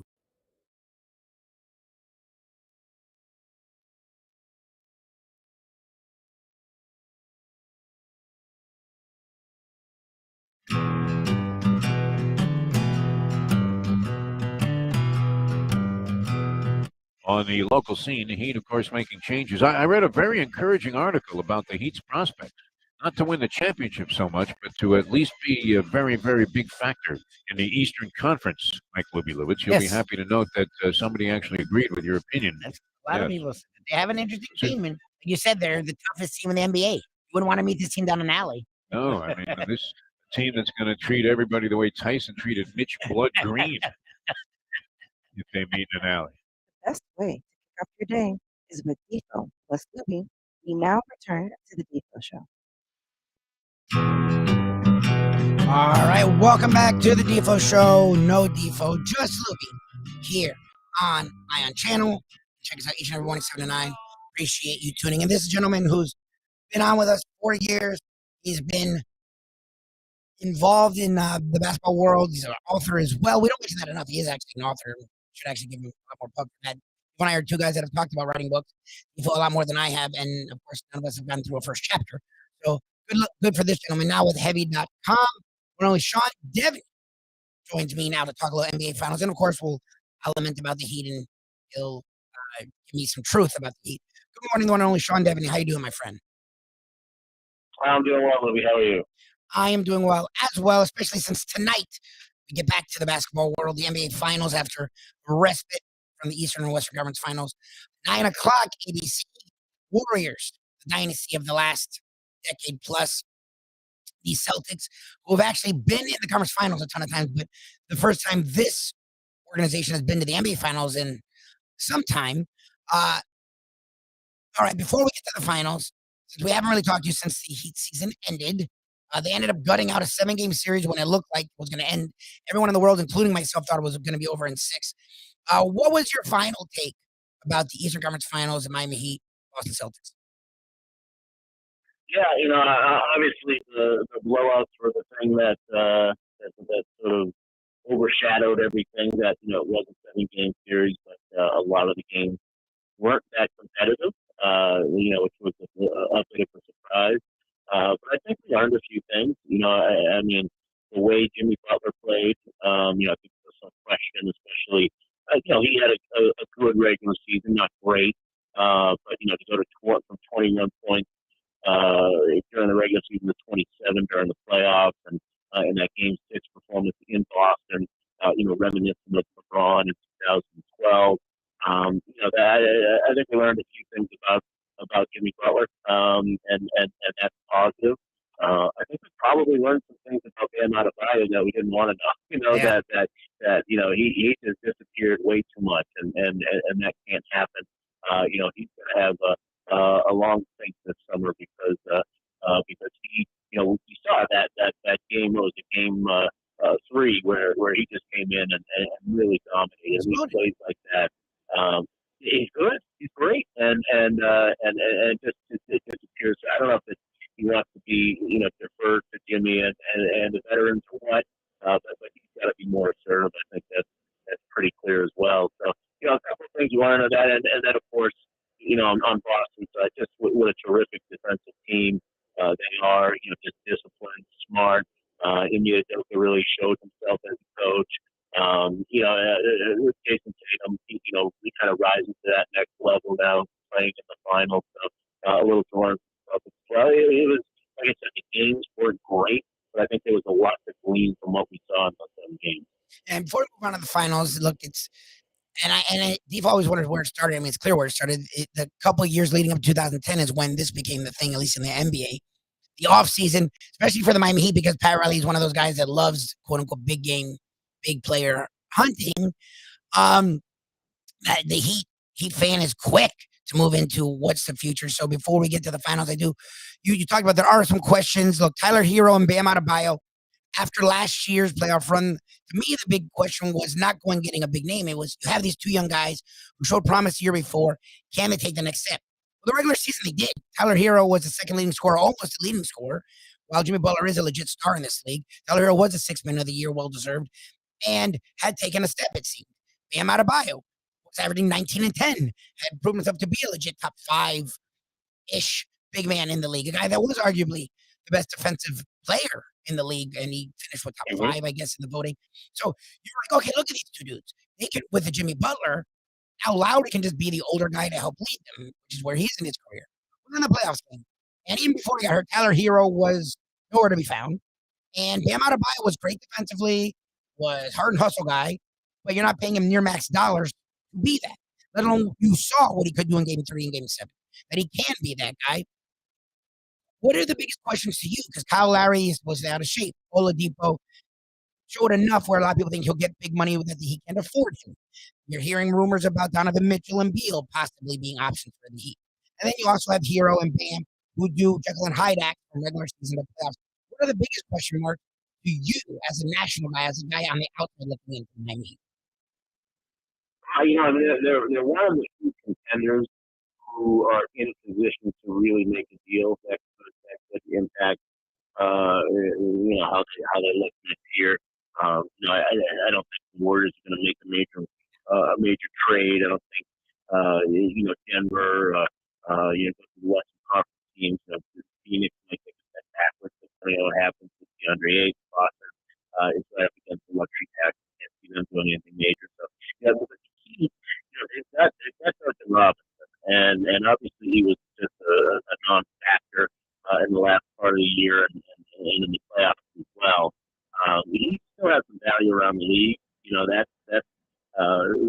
It's been damaged obviously by the way that the season has been both the way the playoffs are both, but there are still plenty of teams who want shooters, and his reputation as a shooter is pretty good. So I think they're in a position to do something starting with him, and then you can package in some of the young guys who really did play well this year, whether it's Gabe Vincent or your son. They can do something with that.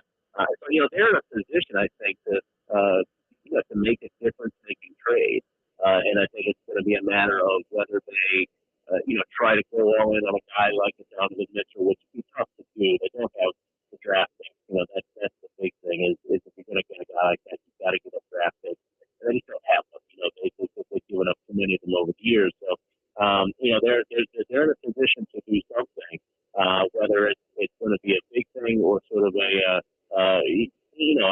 bringing a solid contributor and then just really try to push to get Bam Adebayo at the level that he should be at, and maybe extend Tyler Hero and see what you do with him going forward as well. So I don't think it's going to be like a blockbuster move, but they're in a position, I think, to make a move where they can add another guy who's really going to help them win playoff. Well, the one name, Sean, and then I promise whoever is watching and listening, we will get to the finals.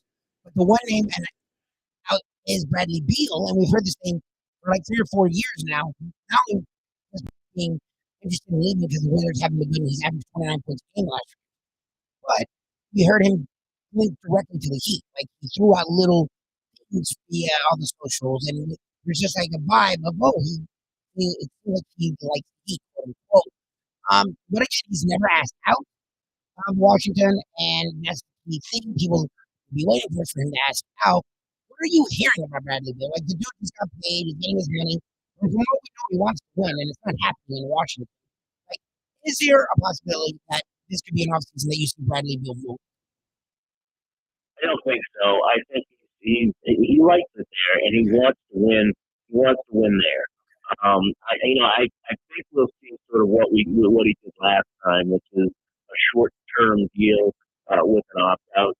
Maybe even just a 1-1. Maybe a 2-1 where he signs for 2 years with an option on the third.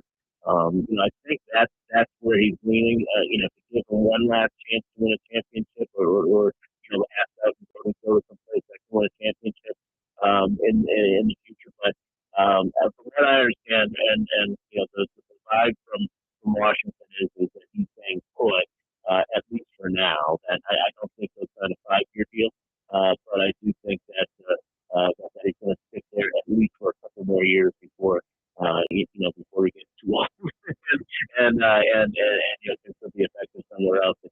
what he wants to do. But yeah, he's been committed to that franchise, and certainly they've been committed to him. I don't see that change in the Suns. All right, NBA writer, analyst, and he is an author. I'll give him a credit for that. Sean Devaney, heavy.com, at Sean Devaney on Twitter. He's really good on Twitter. Follow him. And he has his daughter. He's doing the balancing act. Daughter watching Peppa Pig, and he's on with us. Good for him. I have my nephews for an hour, and I freaked out. So I'm definitely in awe of you, sir. Man, the writer, analyst, and father you are. So thanks for joining us again, Sean. Okay, let's move into the finals. I've been on, and I made a soapbox, and I'm trying to not be biased. I felt this way when the Heat really looked like they had a shot to go to the final. Like, yeah, if they had a healthy Lowry and a healthy Tucker and a healthy Hero playing well, I might not have felt this. What we were seeing, to me, it felt like the Warriors, and Clay hadn't played well yet. Draymond was doing all the other things, but hadn't scored yet. It just felt to me like it was inevitable. The Warriors, whether they face the Celtics or the Heat, were going to be the champions. And I wasn't even sure it'd be that competitive. Now, Boston has prevailed. They've overcome two tough, not each game, but overall 7-game series in the semis, and then the conference finals.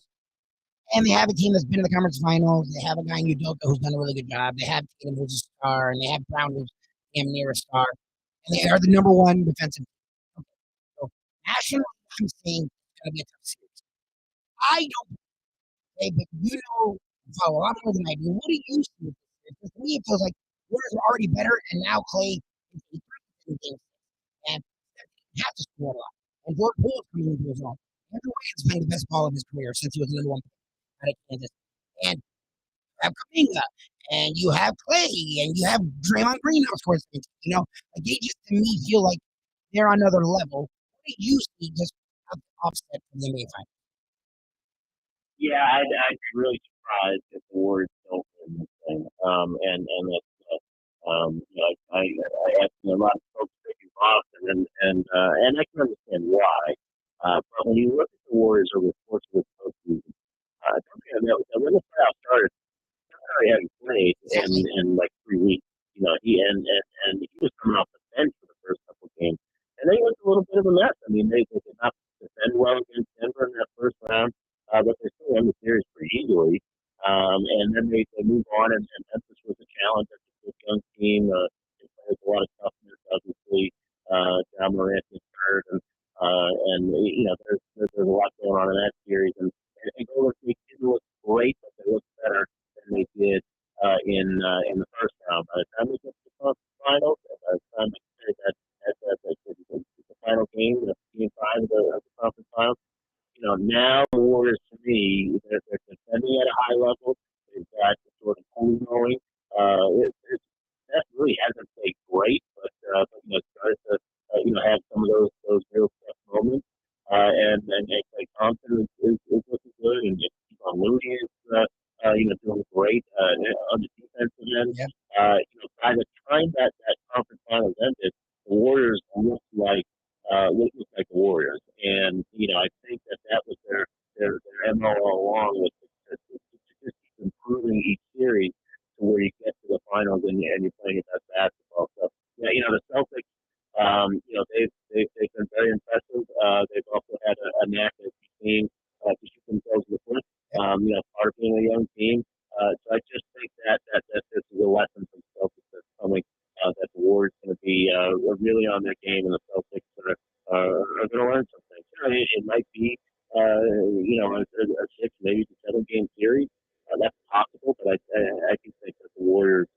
I'd be really surprised if they don't win this thing. That's the thing. Look, I can see the Celtics find a way to get 6 games. I feel like it may go 5, but I can see them getting 6. And I'm not saying they're going to get blown out in these games. You sort of said something to me where other teams are banged up, and we saw it be a huge deal with the Heat. Even the Celtics, Warriors were banged up. They're not now. Like where everyone's tired right now. They've been so hurt all year long that they're now healthy. Clay's finally playing. Like maybe not Clay exactly, but he looked a lot better in that game. He looked all playoffs. Steph had his moment where he's back to starting. Jordan Poole was starting over Steph, so he has confidence. You have Andrew Wiggins. You have all these guys, and they've done it in the finals, a lot of them. The Celtics team is flirted with it. They haven't been here yet, and they're down to like 7 guys. Like Richard was like, I didn't even play really in game 7. They have their own health issues, and they have issues scoring it. Like he was banged up, and we're holding him. They only 100 points in the last game, and they had like guys injured, not even including. So for me, what do you think of having back-to-back game 7 series versus that hasn't gone to 71? I feel like that's got to weigh in a little bit. Yeah, and the Warriors should get Gary Payton Jr. back at some point. Perhaps not a Porter, and maybe Iguodala back as well. They're going to be in a position where they can really throw waves of guys at Jason Tatum and Jaylen Brown. We saw, what Miami was doing as soon as those guys put the ball on the floor. They had a guy come over and interfere with their ball handling, and that's just a lot of turnovers. The Warriors are going to do much the same, I would imagine.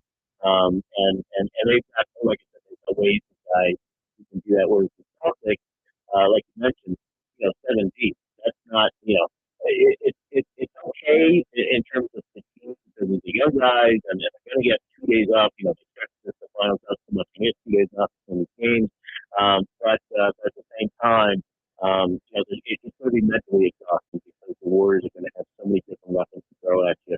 The Celtics and Ime Udoka mentioned this the other day that no matter what happens, Robert Williams is going to be real key. The way the Warriors touch the basket, he's going to be a real key. He's got to be able to shut off those touch the basket.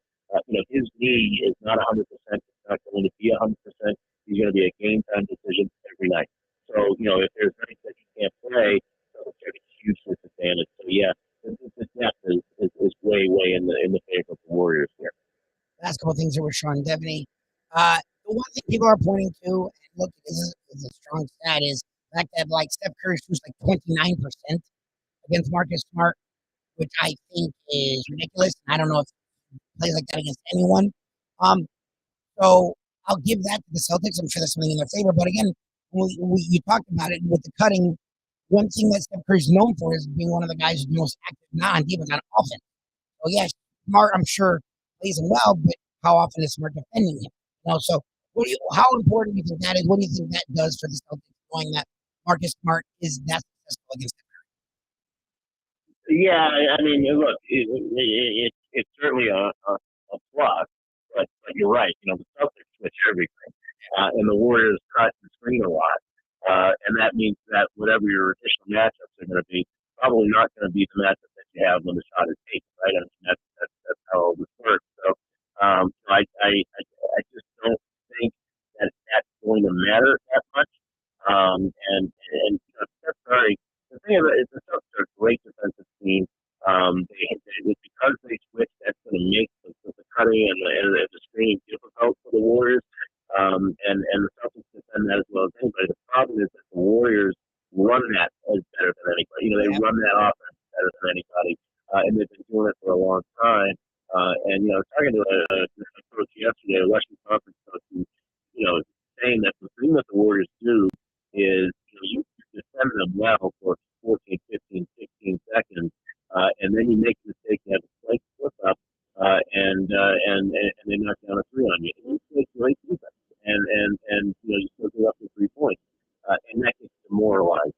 The thing that I see from the Celtics is that they can get demoralized. We saw that certainly in the if you go back through the Milwaukee series and then again in the Miami series, that can happen to them all through the whole season.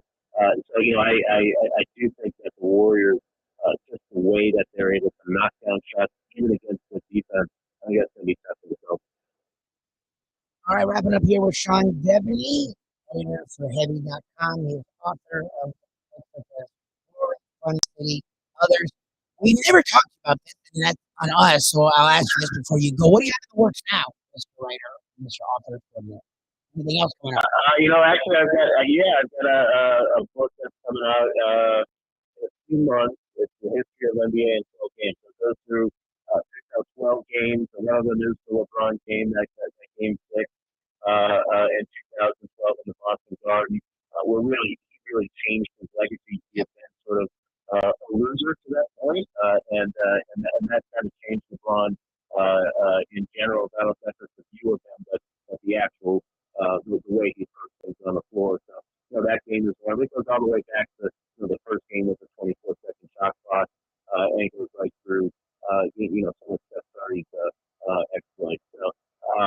it's the history of the NBA and 12 games that'll be out in a few months, and I'll make sure you get a copy, of course.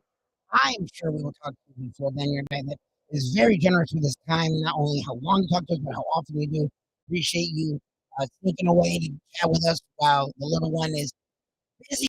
And I appreciate all you offer to the NBA world, this show, and I look forward to talking about the book more, reading it, and talking to you more probably in the coming weeks with the NBA Finals. Thanks, Sean, for joining us. Have a great one, and we'll talk soon.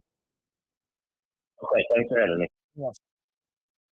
Mr. Sean Devaney, yeah, he's an author. It's so funny because Defo and I are in all of authors. Defo has thrown out through the years if you watch this to us, book titles, classic book titles, and the titles are funny, they're great. He's never started writing any of them. So, like, I've never actually tried to write, but I've always been an author to sit there and read and books. And Jason Cole we've had on talking about his book,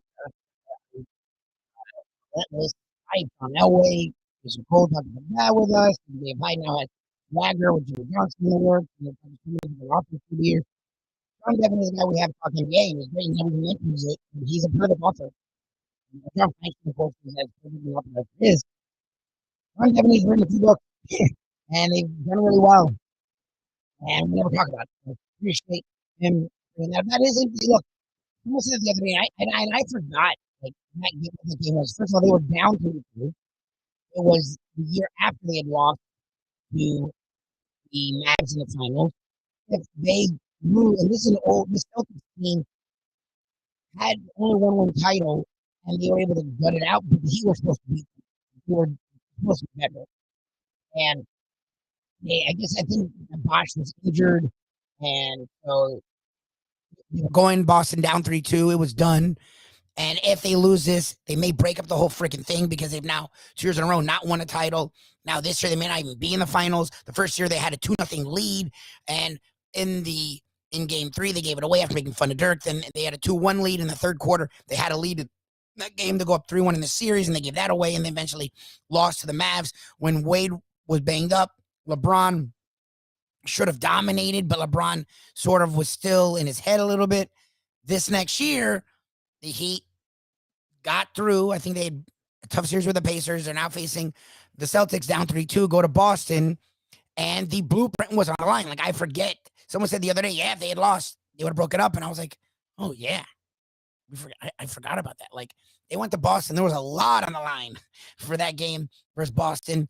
LeBron goes for like 45, 15, and like 8. Has one of the greatest games ever in playoff history. Literally put that team on his back. Bosch was useless. Wade didn't do much because Wade was banged up. And Ray Allen, we know, was hit or miss. I don't think Ray Allen was even out. Ray Allen was a part of the Celtics. Wasn't even on the Heat yet. Like, Mike Miller was a guy that had a lot of injuries. Like, they didn't get a lot of help from anyone, and LeBron put him on their back, carried them, and they then went on to win that title, the next title, and lose a second title, lose a shot at a three-peat, and their 4th appearance. Excuse me. But they solidify themselves as one of these mini dynasties, went to 4 straight finals, won 2 titles. If they lose that game, they lose that series, they probably break it up. They don't win any titles, and it's a whole different thing. LeBron, after that, goes home to Cleveland, wins another championship, goes to LA, wins another championship, and we don't question his winning anymore. Remember, it was very questionable what his legacy was going to be. Now he is in the talk with Jordan. Most people put Jordan ahead of him, but they weren't doing that then. Yeah, so that game was huge. So that's got to be an interesting book. Of all the games, of all the eras, to pick 12 games to dissect. I'm looking forward to that book, and Sean Devaney definitely will come on with us, talk more about the finals, I'm sure next week and the weeks to come, but I'll also talk about that book. We'll also talk about so much more. Coco Gauff actually doesn't take the court till around 11. Swiatek, and yes, I'll talk a little tennis, Jim Sarney, Deefness. Swiatek, Kasatkina will be the first match in the women's semis in the French Open. Then you'll have Gauff and Trevisan taking the court. It says 11. I mean, I don't know. I presume they wouldn't have them at the same time. So whenever that first match, we saw Nadal and Djokovic in the quarters of the men's in the French go 4 hours. So who knows? But Gauff should be taking the court around 11. Then you'll have the men's semis tomorrow, Nadal and Zverev. And this is great radio, great entertainment right now. I'm looking at the Tomorrow you have Zverev and Nadal, and you have Ruud and Cilic. So the French Open is in full swing. Defo, I love it. In our one conversation, talked about how he was trying to get the link so that he could help these Irish couple that he had met find our show. And then he also had said that he found a way to watch the French. So even overseas, where look, he's closer there than he's here to the French Open. He is watching his French. I've kept an eye on it. I'll definitely be glued to the TV set today as the NBA Finals. I mean, Sean said what I said. Look, I'm coming off like I think it's going to be like, I'm not saying it's going to be a sweep. It's going to be the Panthers Lightning. I think the Celtics will put up a fight. It's just, I think the Warriors are better. And I forgot they're not. Otto Porter was a huge part of their bench. He's been banged up. And a guy like Gary Payton Jr. has done some good things for them, and he's banged up. They're already, to me, they're just better in every facet to me. So if a team's better in every facet and played less, so it should have more in the tank and has more experience, why would they lose the series and why would it go 7? So to me, I think it just makes sense, logical, that the Warriors will win in 5, possibly 6. But you never know. We expected very exciting playoffs. It's been a horrendous NBA It's been an exciting NHL playoffs, but it's been a horrendous NBA playoffs. So maybe it does a 180-degree turn, and the finals is exciting. We shall see. Tomorrow is a Degenerate Friday. We will have the one and only Professor joining around 7:40-ish, 7:45. He will have his Big Board Top 5, and we will have the Gambling Gourmet Mike Mayo. And the Deep Man will be even closer to coming back. I appreciate everyone who joined in on the Hialeah Park Trivia Challenge Fun. Appreciate everyone who joined me today. And I don't know how much more Marlins we'll talk about. That was rough yesterday. But the Dolphins, are hearing more and more about the Dolphins now. Xavier Howard comes out and says Tua is throwing bombs. But supposedly the defense stole the show, which we know early in practice. That's what happens. I'm excited, and you're not taking that from me. I don't care what the national media wants to do with our Miami teams. I've been so down for so long, the fact that they went and made moves. A guy like Chris Greer, who I've totally slammed for years, was aggressive, brought in people that people have heard of who have played well, that should fit together no matter what people are telling you. I'm excited. They have a young dude who's open-minded offensively and creative and has had success where he was, and what he did there is something he should be able to do here. So I'm looking forward to the Dolphins, the Canes. A lot of excitement there. The Knowles, my Knowles, a lot of people don't know what to do with them. I think they'll be interesting. And the Gators, Billy Napier, a guy who's had success wherever he's been. He's coached under Fisher. He's coached under Dabo. He's coached under Nick Saban. He's now in the SEC with the Florida Gators. So Tony Segredo said yesterday, I don't know if they're all going to be good, but I think the big 3. And look, Gus Malzahn is a big-time coach, and he's at UCF, and people have forgotten that. And Jeff Scott is a guy that did really good things at Clemson. He's at USF. I don't know about FIU and FAU, but those 5 should be interesting. And the big 3, I think, will be a lot more interesting than they've been. So the sports world is teeming, and the Miami Heat, something's happening. I don't know if it's Mitchell or Beal. People think because of what Oladipo showed he could do, he'll be a free agent. He'll get some money.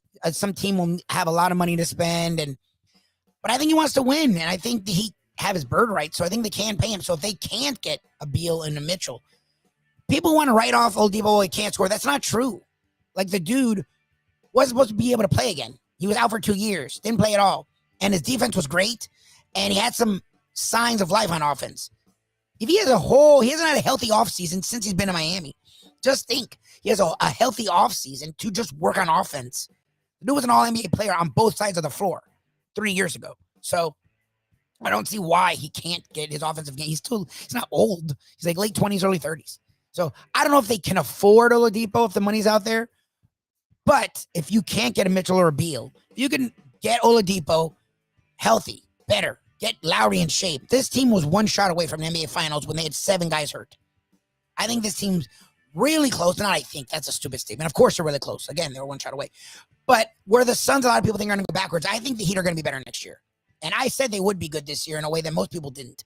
I had a lot of faith in them. And Pat Riley, when I was slamming him a few years ago because they had signed James Johnson, Deion Waiters to these big deals, and they didn't pan out, and they had no cap space, and they drafted Hero and Bam, who looked interesting, but no one knew that they'd be stars or could be stars or be close to being stars. The Heat were in cap hell.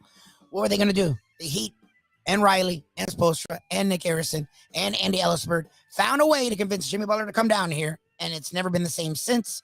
He'd have now been in the finals, been in, again, a shot away from going back to the finals. I'm very excited for their future, and the Panthers, who knows what the hell to do with them.